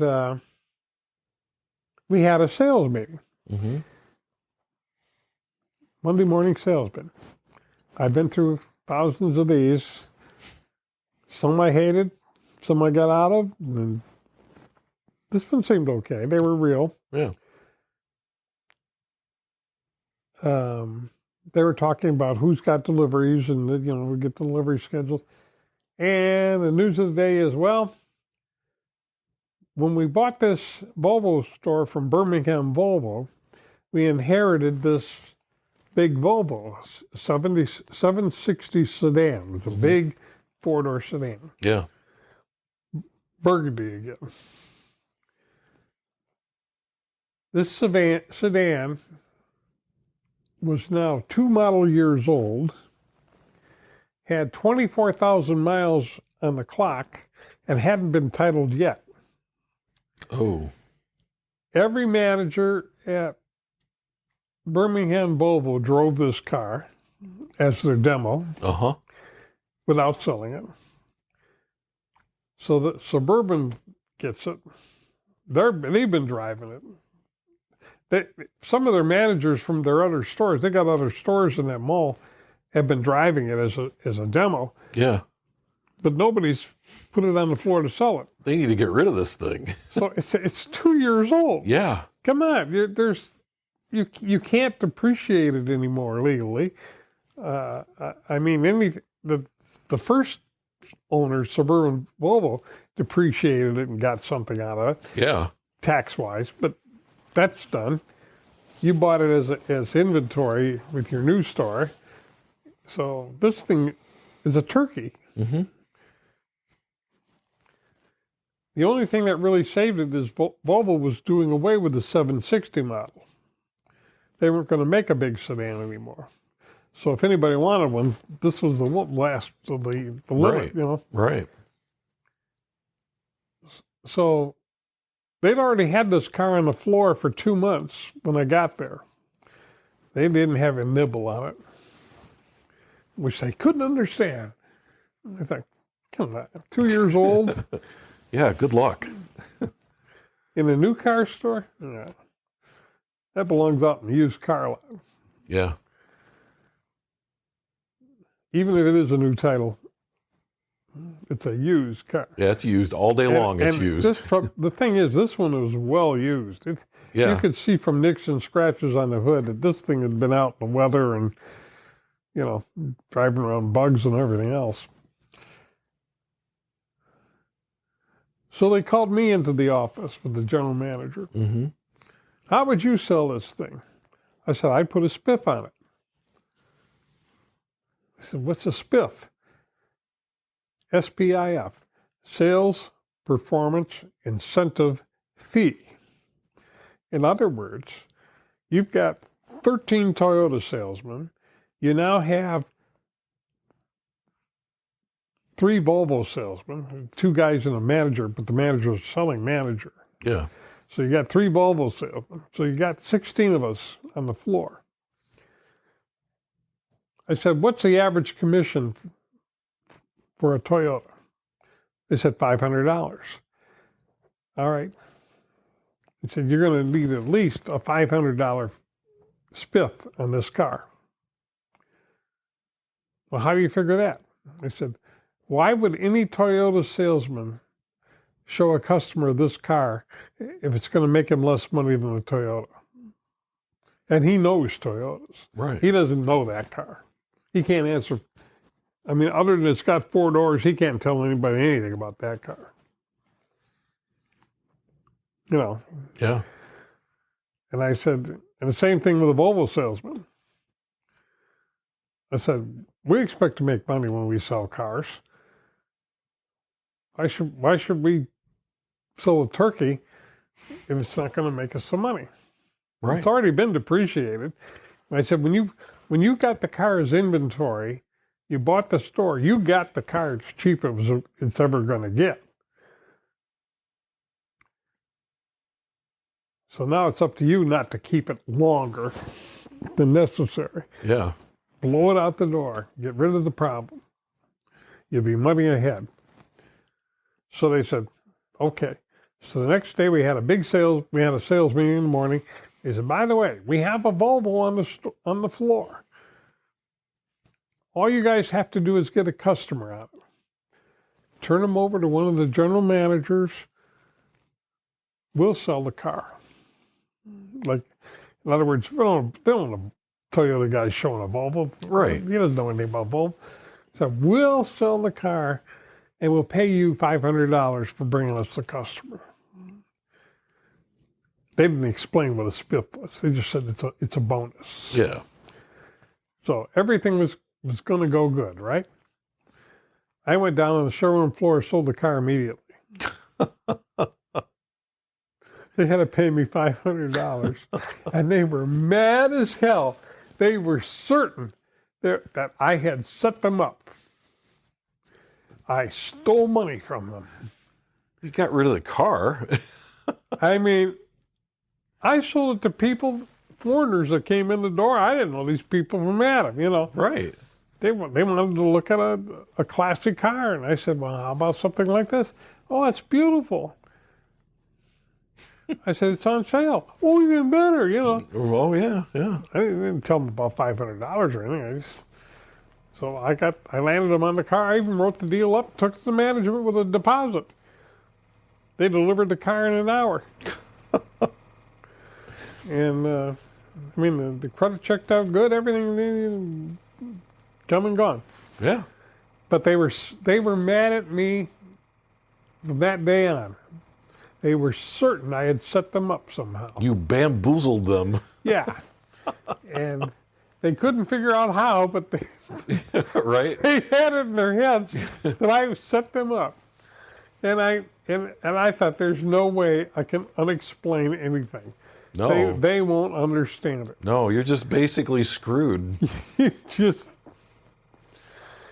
you know, the thing was, you should have said, anybody interested in the car, just turn them over to us. Yeah. Like, you guys aren't selling that car, we are. And there wouldn't have had to been a fee or anything. Right. But they weren't smart enough to figure that out. So did that set the tone for the reason you were only there for 90 days? Yeah. Yeah, I'll bet. It didn't matter. Let me tell you, they had a board in the office upstairs that showed all the salesmen, showed how many units, how much gross they made, and it was gross units and gross. Yeah. At the end of 90 days, I outsold 90% of the staff added together. I mean, my numbers were astronomical compared to what their numbers. You know, like they'd show the Toyota salesman. All right, they delivered a car here. They delivered another one there. Yeah, and I sold 4 or 5 of this and 2 of that, and Right. I mean, I was selling Volvos out the door as fast as we could get them in. I even sold one where a customer paid for my airline ticket. I flew to Music City Volvo in Nashville, and we had bought a car from the dealership there. I drove it back. I spent a night in Cincinnati at my friend's place. It was on a weekend, and I came back, and Monday morning I brought the car back into the showroom, and we delivered it the same day. Yeah. They probably hated you for that. They couldn't figure out how I was doing anything. They just didn't understand it, you know. Right, right. And I thought, I just showed you I'll do anything for a deal. I will even travel out of state to sell a car for you. Doesn't that mean anything? The management there was so paranoid. These people were afraid of losing their jobs. Right. And everything is based on performance. And you either perform or you're out. They'll find somebody else. Mm-hmm. And that's just the nature of the business. What I couldn't understand is if a manager was smart enough to get somebody like me that could produce and didn't cause trouble and wasn't a problem, wouldn't that be a feather in his cap? An incentive to get more people like me? Right. I mean, this is a store that had 16 salespeople, 3 selling managers, for a total of 19. I mean, that's a lot of talent and training to put into a system if you're not getting much back for it. Right. So the question would be, who should you be rotating, the manager or the staff? You know, if the management had proved they could bring somebody like me on board, and the sales numbers in that office demonstrated it perfectly. Yeah. I mean, when you've got one guy that outperforms 90% of the staff added together, there's something flawed. Either they're not getting trained properly, or you're not doing enough to hire the right people to start with. Right. You're not looking for the right things in the people. Because there are always people coming in looking for work. Yeah. And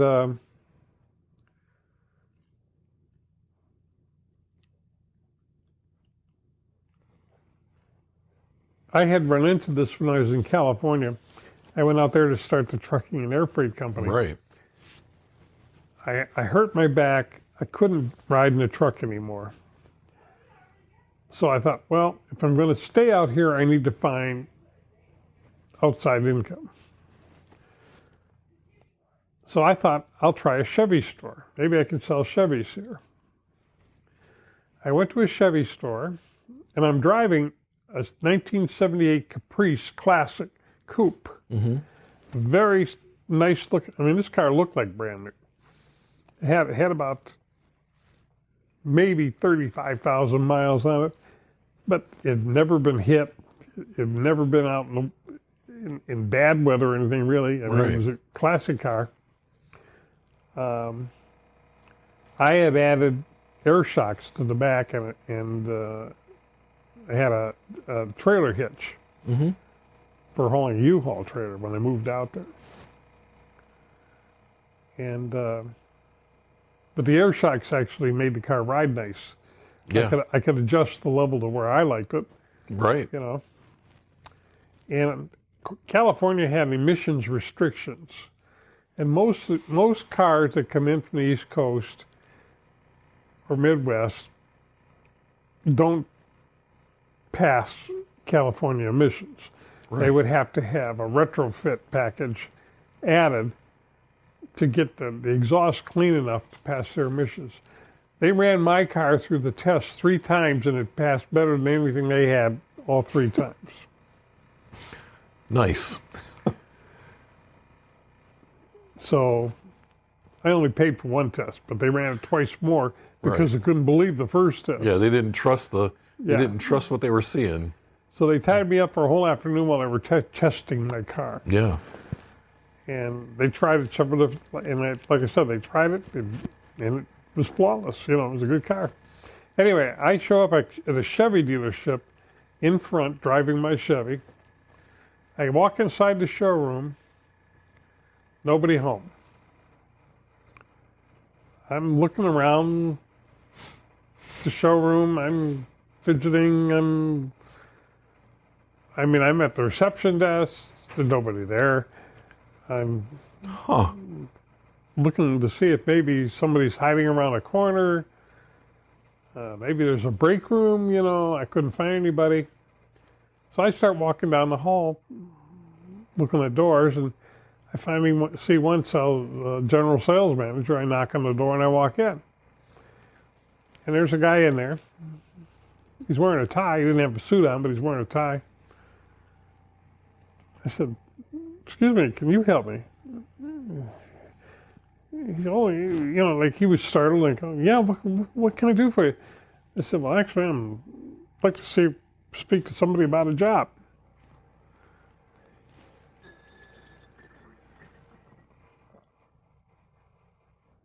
He says, "Well," and right away, he just gets right to the chase. He says, "What makes you think you can sell cars here?" Yeah.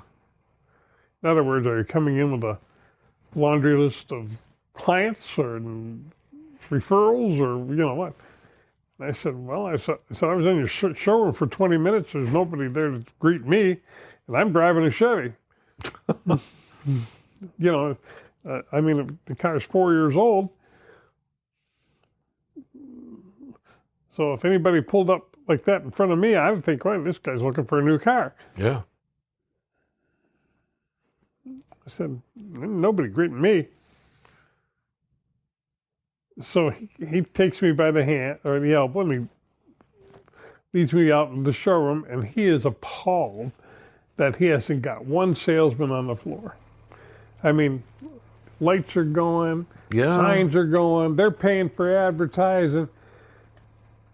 And even when the customer shows up, there's nobody here to wait on. What does that tell you? That's pretty bad. That's really bad. Yeah. And I'm looking around, maybe I don't want to work here. Maybe the traffic flow here is so bad, everybody else gave up already, Yeah. And he explained to me, he says, "Most of the people I have here have been here a long time. The newest guy is 3 years. So the newest guy here has already been on the job 3 years. Is that I really don't have a place for you. Uh-huh.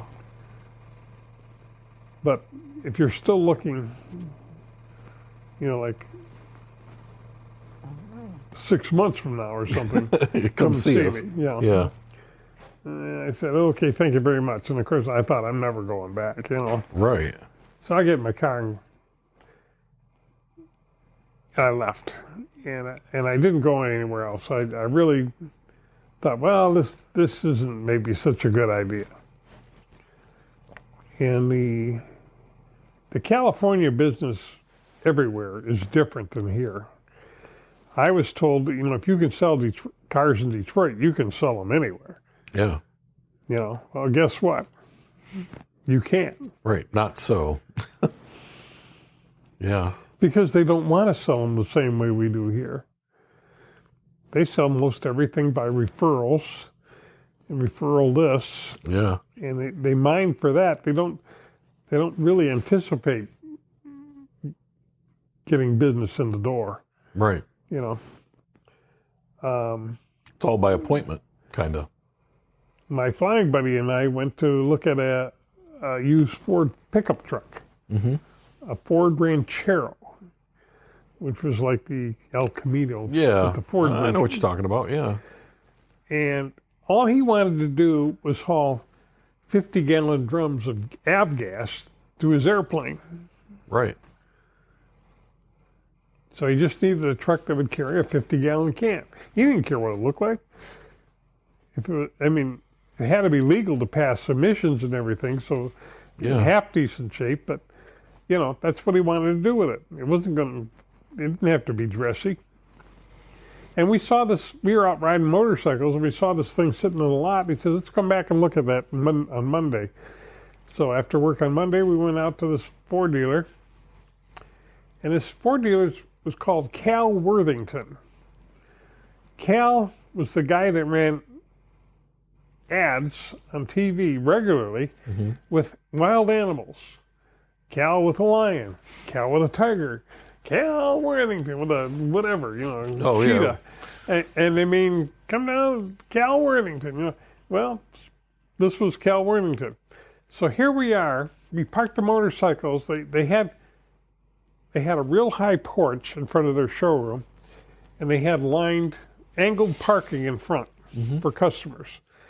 We're there, nobody else.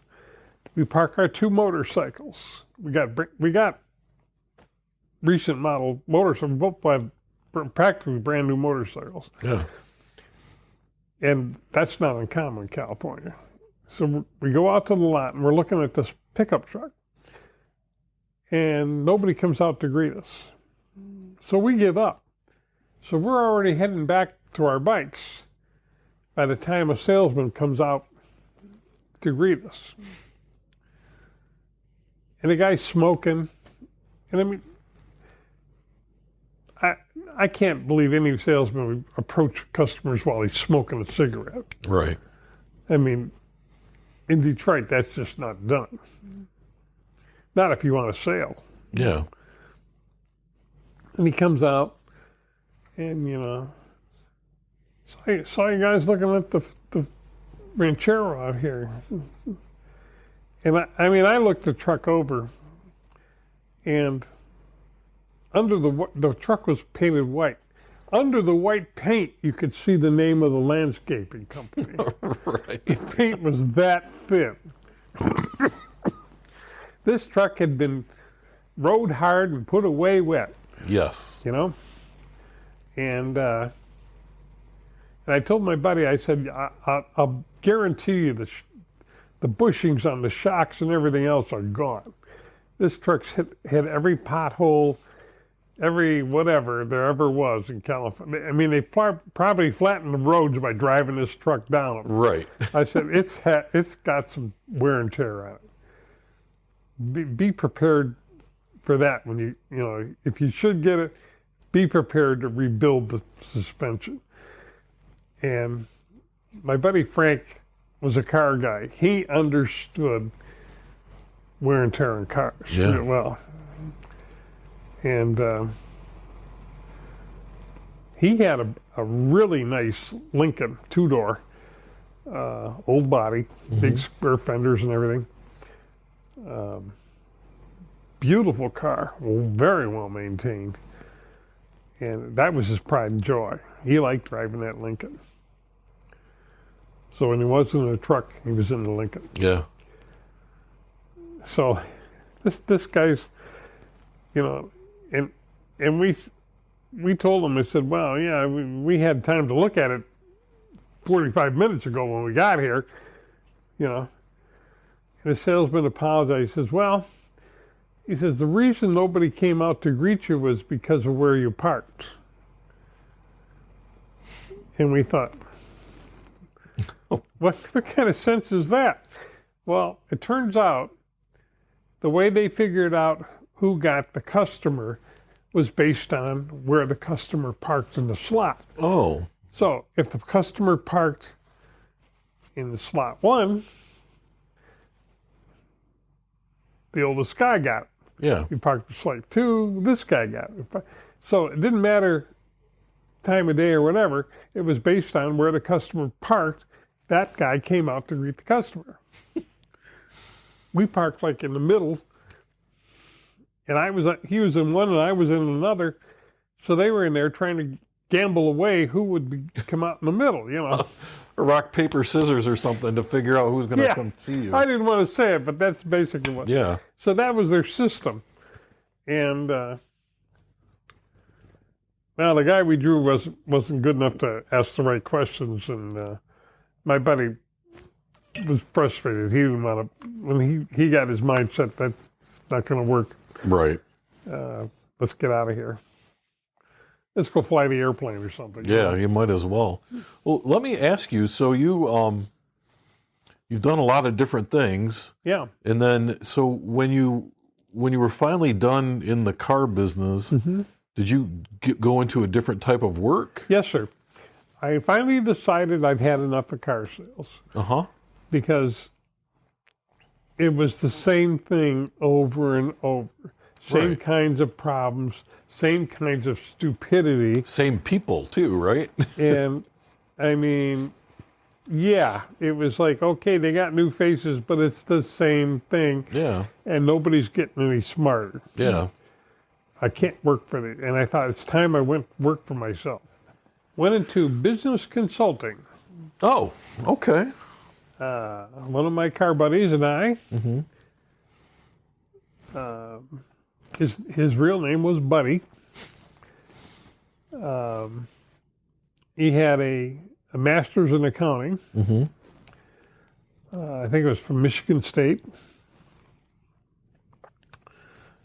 He was former Army. He loved sports.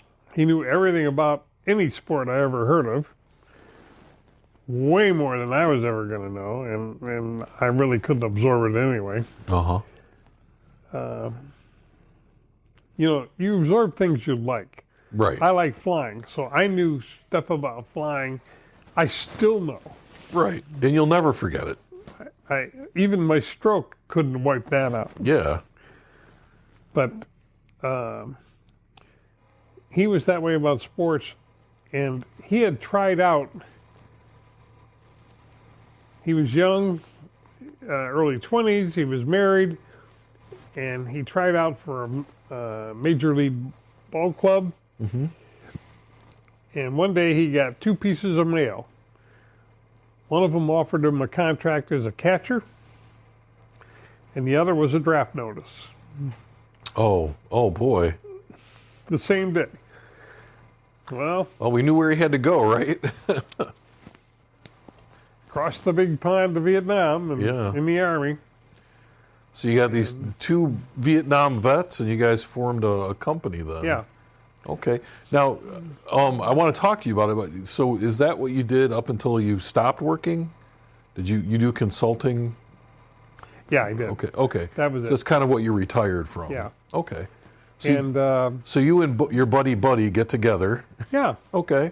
so we get to talking about business and things like that, and things we were looking forward to. We're both problem solvers, Right. and we had 2 different slants on things, but we could coalesce into one big answer to something. Yeah. And we had done this in car sales together.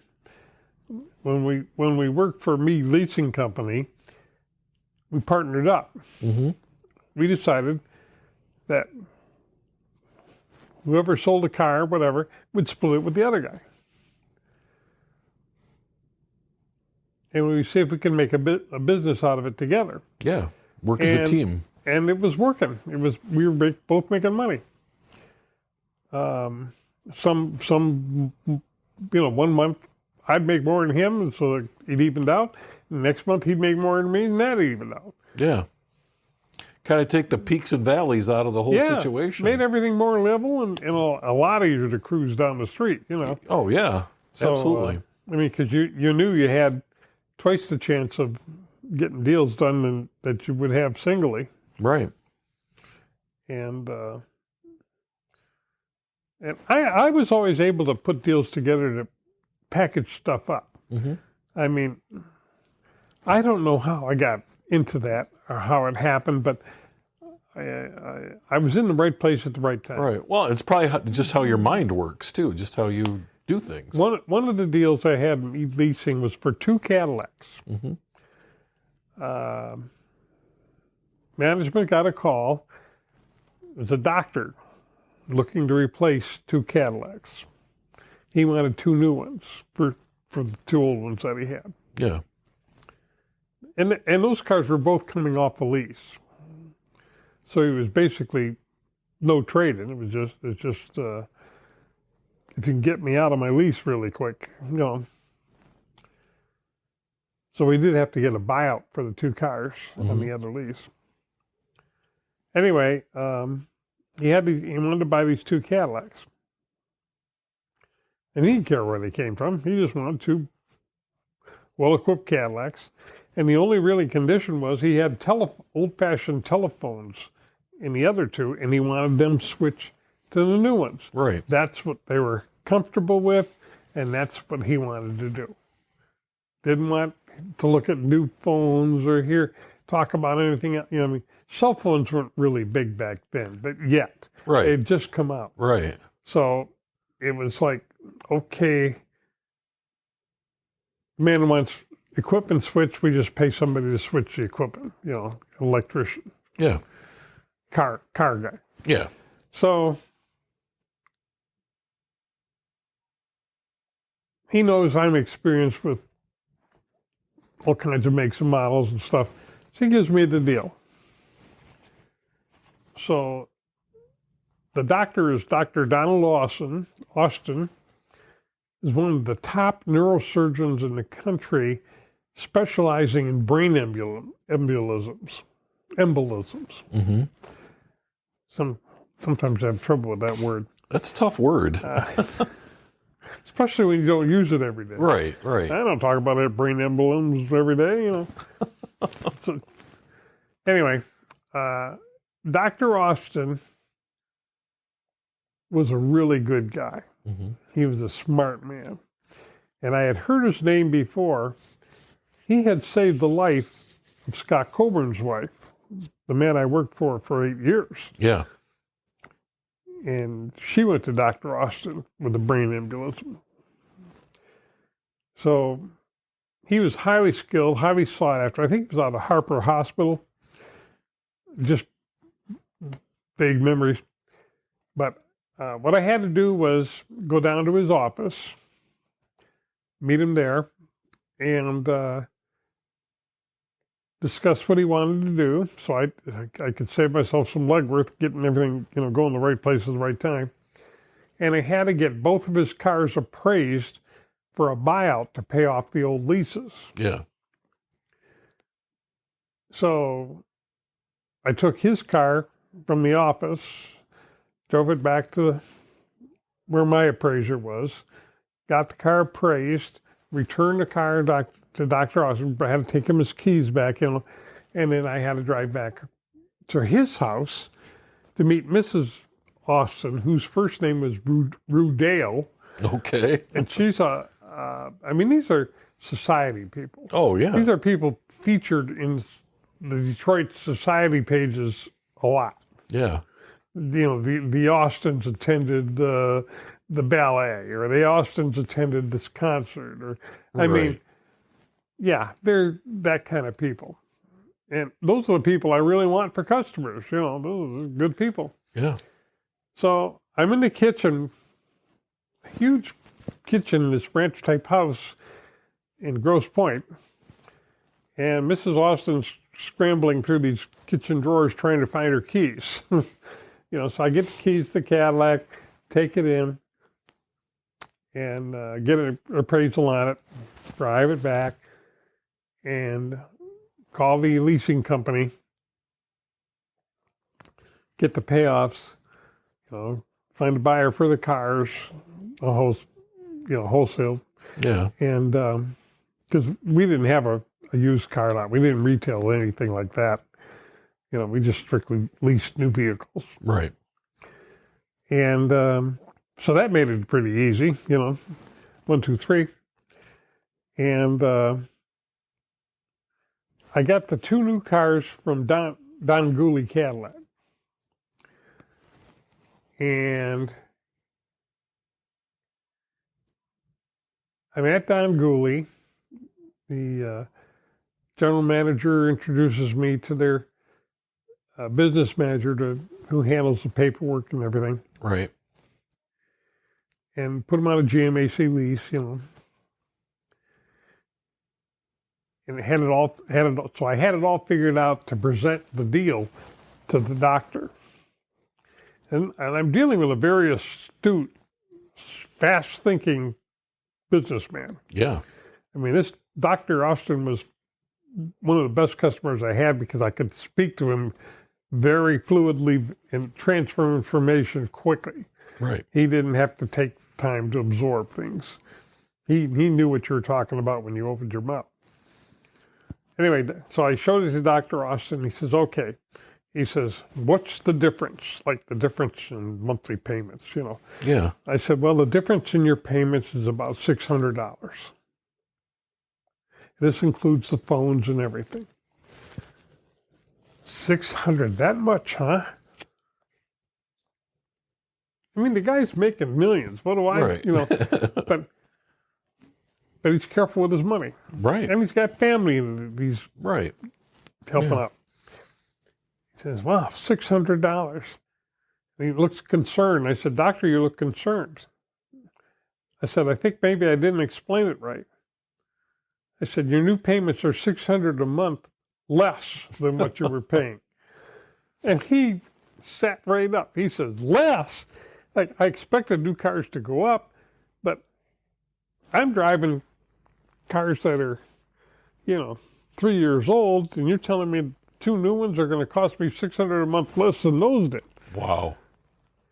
Well, how fast a sale do you think that was? Oh, yeah. He was ready to That makes complete grab the sense. pen out of my pocket and sign the papers right then. Right. And I said, let me put it this way.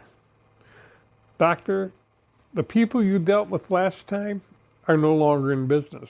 The state closed them down. They aren't, they can't sell a car in Michigan or lease it in Michigan. The leasing company's been closed down. Yeah. It's a holding company that has the note on the cars. So those people are out of business. They've already been punished for gouging customers. In other words, they were leasing cars at over the value of the car, claiming that was the value. They were inflating the value so they could lease at higher amount.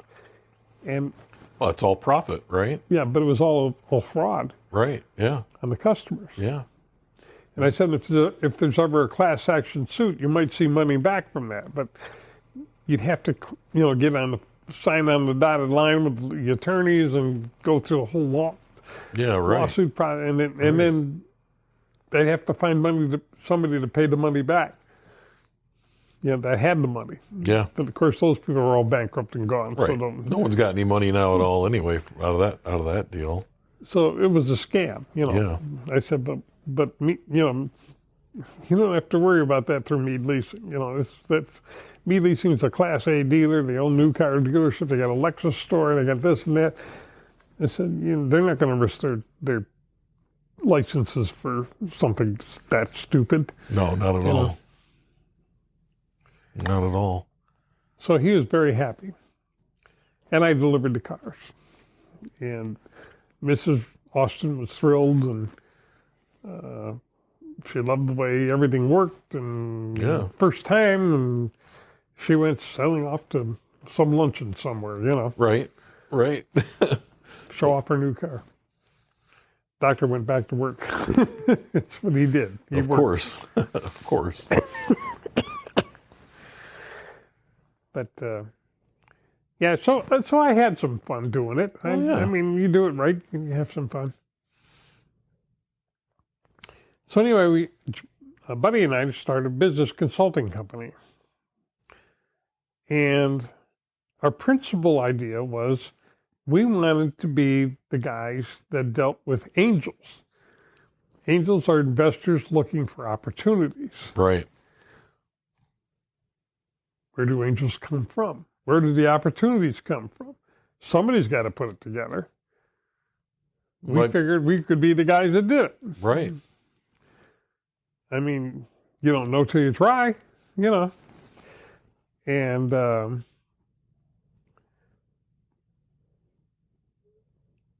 mean, I'm a really good problem solver. I just need to understand the situation. And sometimes I see things a little differently than others, Right. I mean, let's face it, people that are trained a certain business way look for certain ways to do things. They don't see opportunities because the opportunities don't fall into that pattern. I'm looking at anything I can look at. Yeah. And figuring out, can that help me or not? Can I do something with that? Well, we put together a business plan. And we allowed for the fact that we were going to need investors, smaller angels, willing to fund us to go after the bigger angels. So we started doing that. I went back to some of the people I'd worked for in the car business. Guess what? They all wanted to be on board. Mm-hmm. They'd seen me work. They didn't care how I did what I did. They knew it was legal. Right. So they were willing to feed the pot some. So with the help of a number of investors between my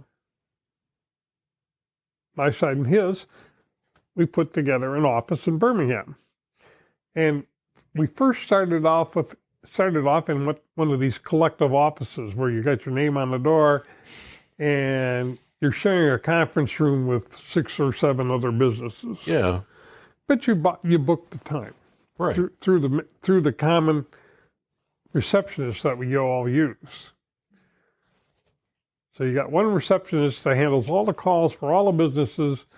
She books conference room time if you never even need it. Right. You've got separate offices anyway. Yeah. So if you got a small meeting, you're not going to book a conference room. Why bother? And I was very comfortable with that. I thought we could do a lot of things. Oh, yeah. From a little bit of space, that we would lease. And Buddy's idea was that we needed a bigger office of our own, with our own staff and everything. I said, well, these are good designs for things in the future, but let's get something going first. Yeah, start out small. We got to have revenue. Yeah. It's like, just the car business, you need to have revenue coming in to do anything else. You have to make up your mind, you're going to generate revenue to start with. And the business plans we came up with, and we had an outline of a business plan, a generic outline that would actually work for a lot of different kinds of customers. Mm-hmm. And we made it as attractive for the customer, the person coming in the door, as we could. So we decided we'd help the customers raise money for their projects. We get 10% off the top. And we get a percentage, maybe 30% investment in the company. So if you came to me and said, I wanted to start a tool and die, I'd say, fine, let's put a plan together, figure out what you think you can do and what kind of revenue you can generate, in a normal business world. Right. And how much money we have to come up with to get you going. I said, bear in mind, angels like a fast turn on the dollar. They don't usually want to be in a project for years and years. They want to see something that makes them some money quick, get 2 to 3 years out of it, and they want to be out. Yeah. So they really, really don't want to be much more commitment than that. I don't care how good the business is. They just don't want to stay. They want to go do different ones. Yeah. That's what they like to do. So we had been doing our homework on who the angels were and what they liked and whatever.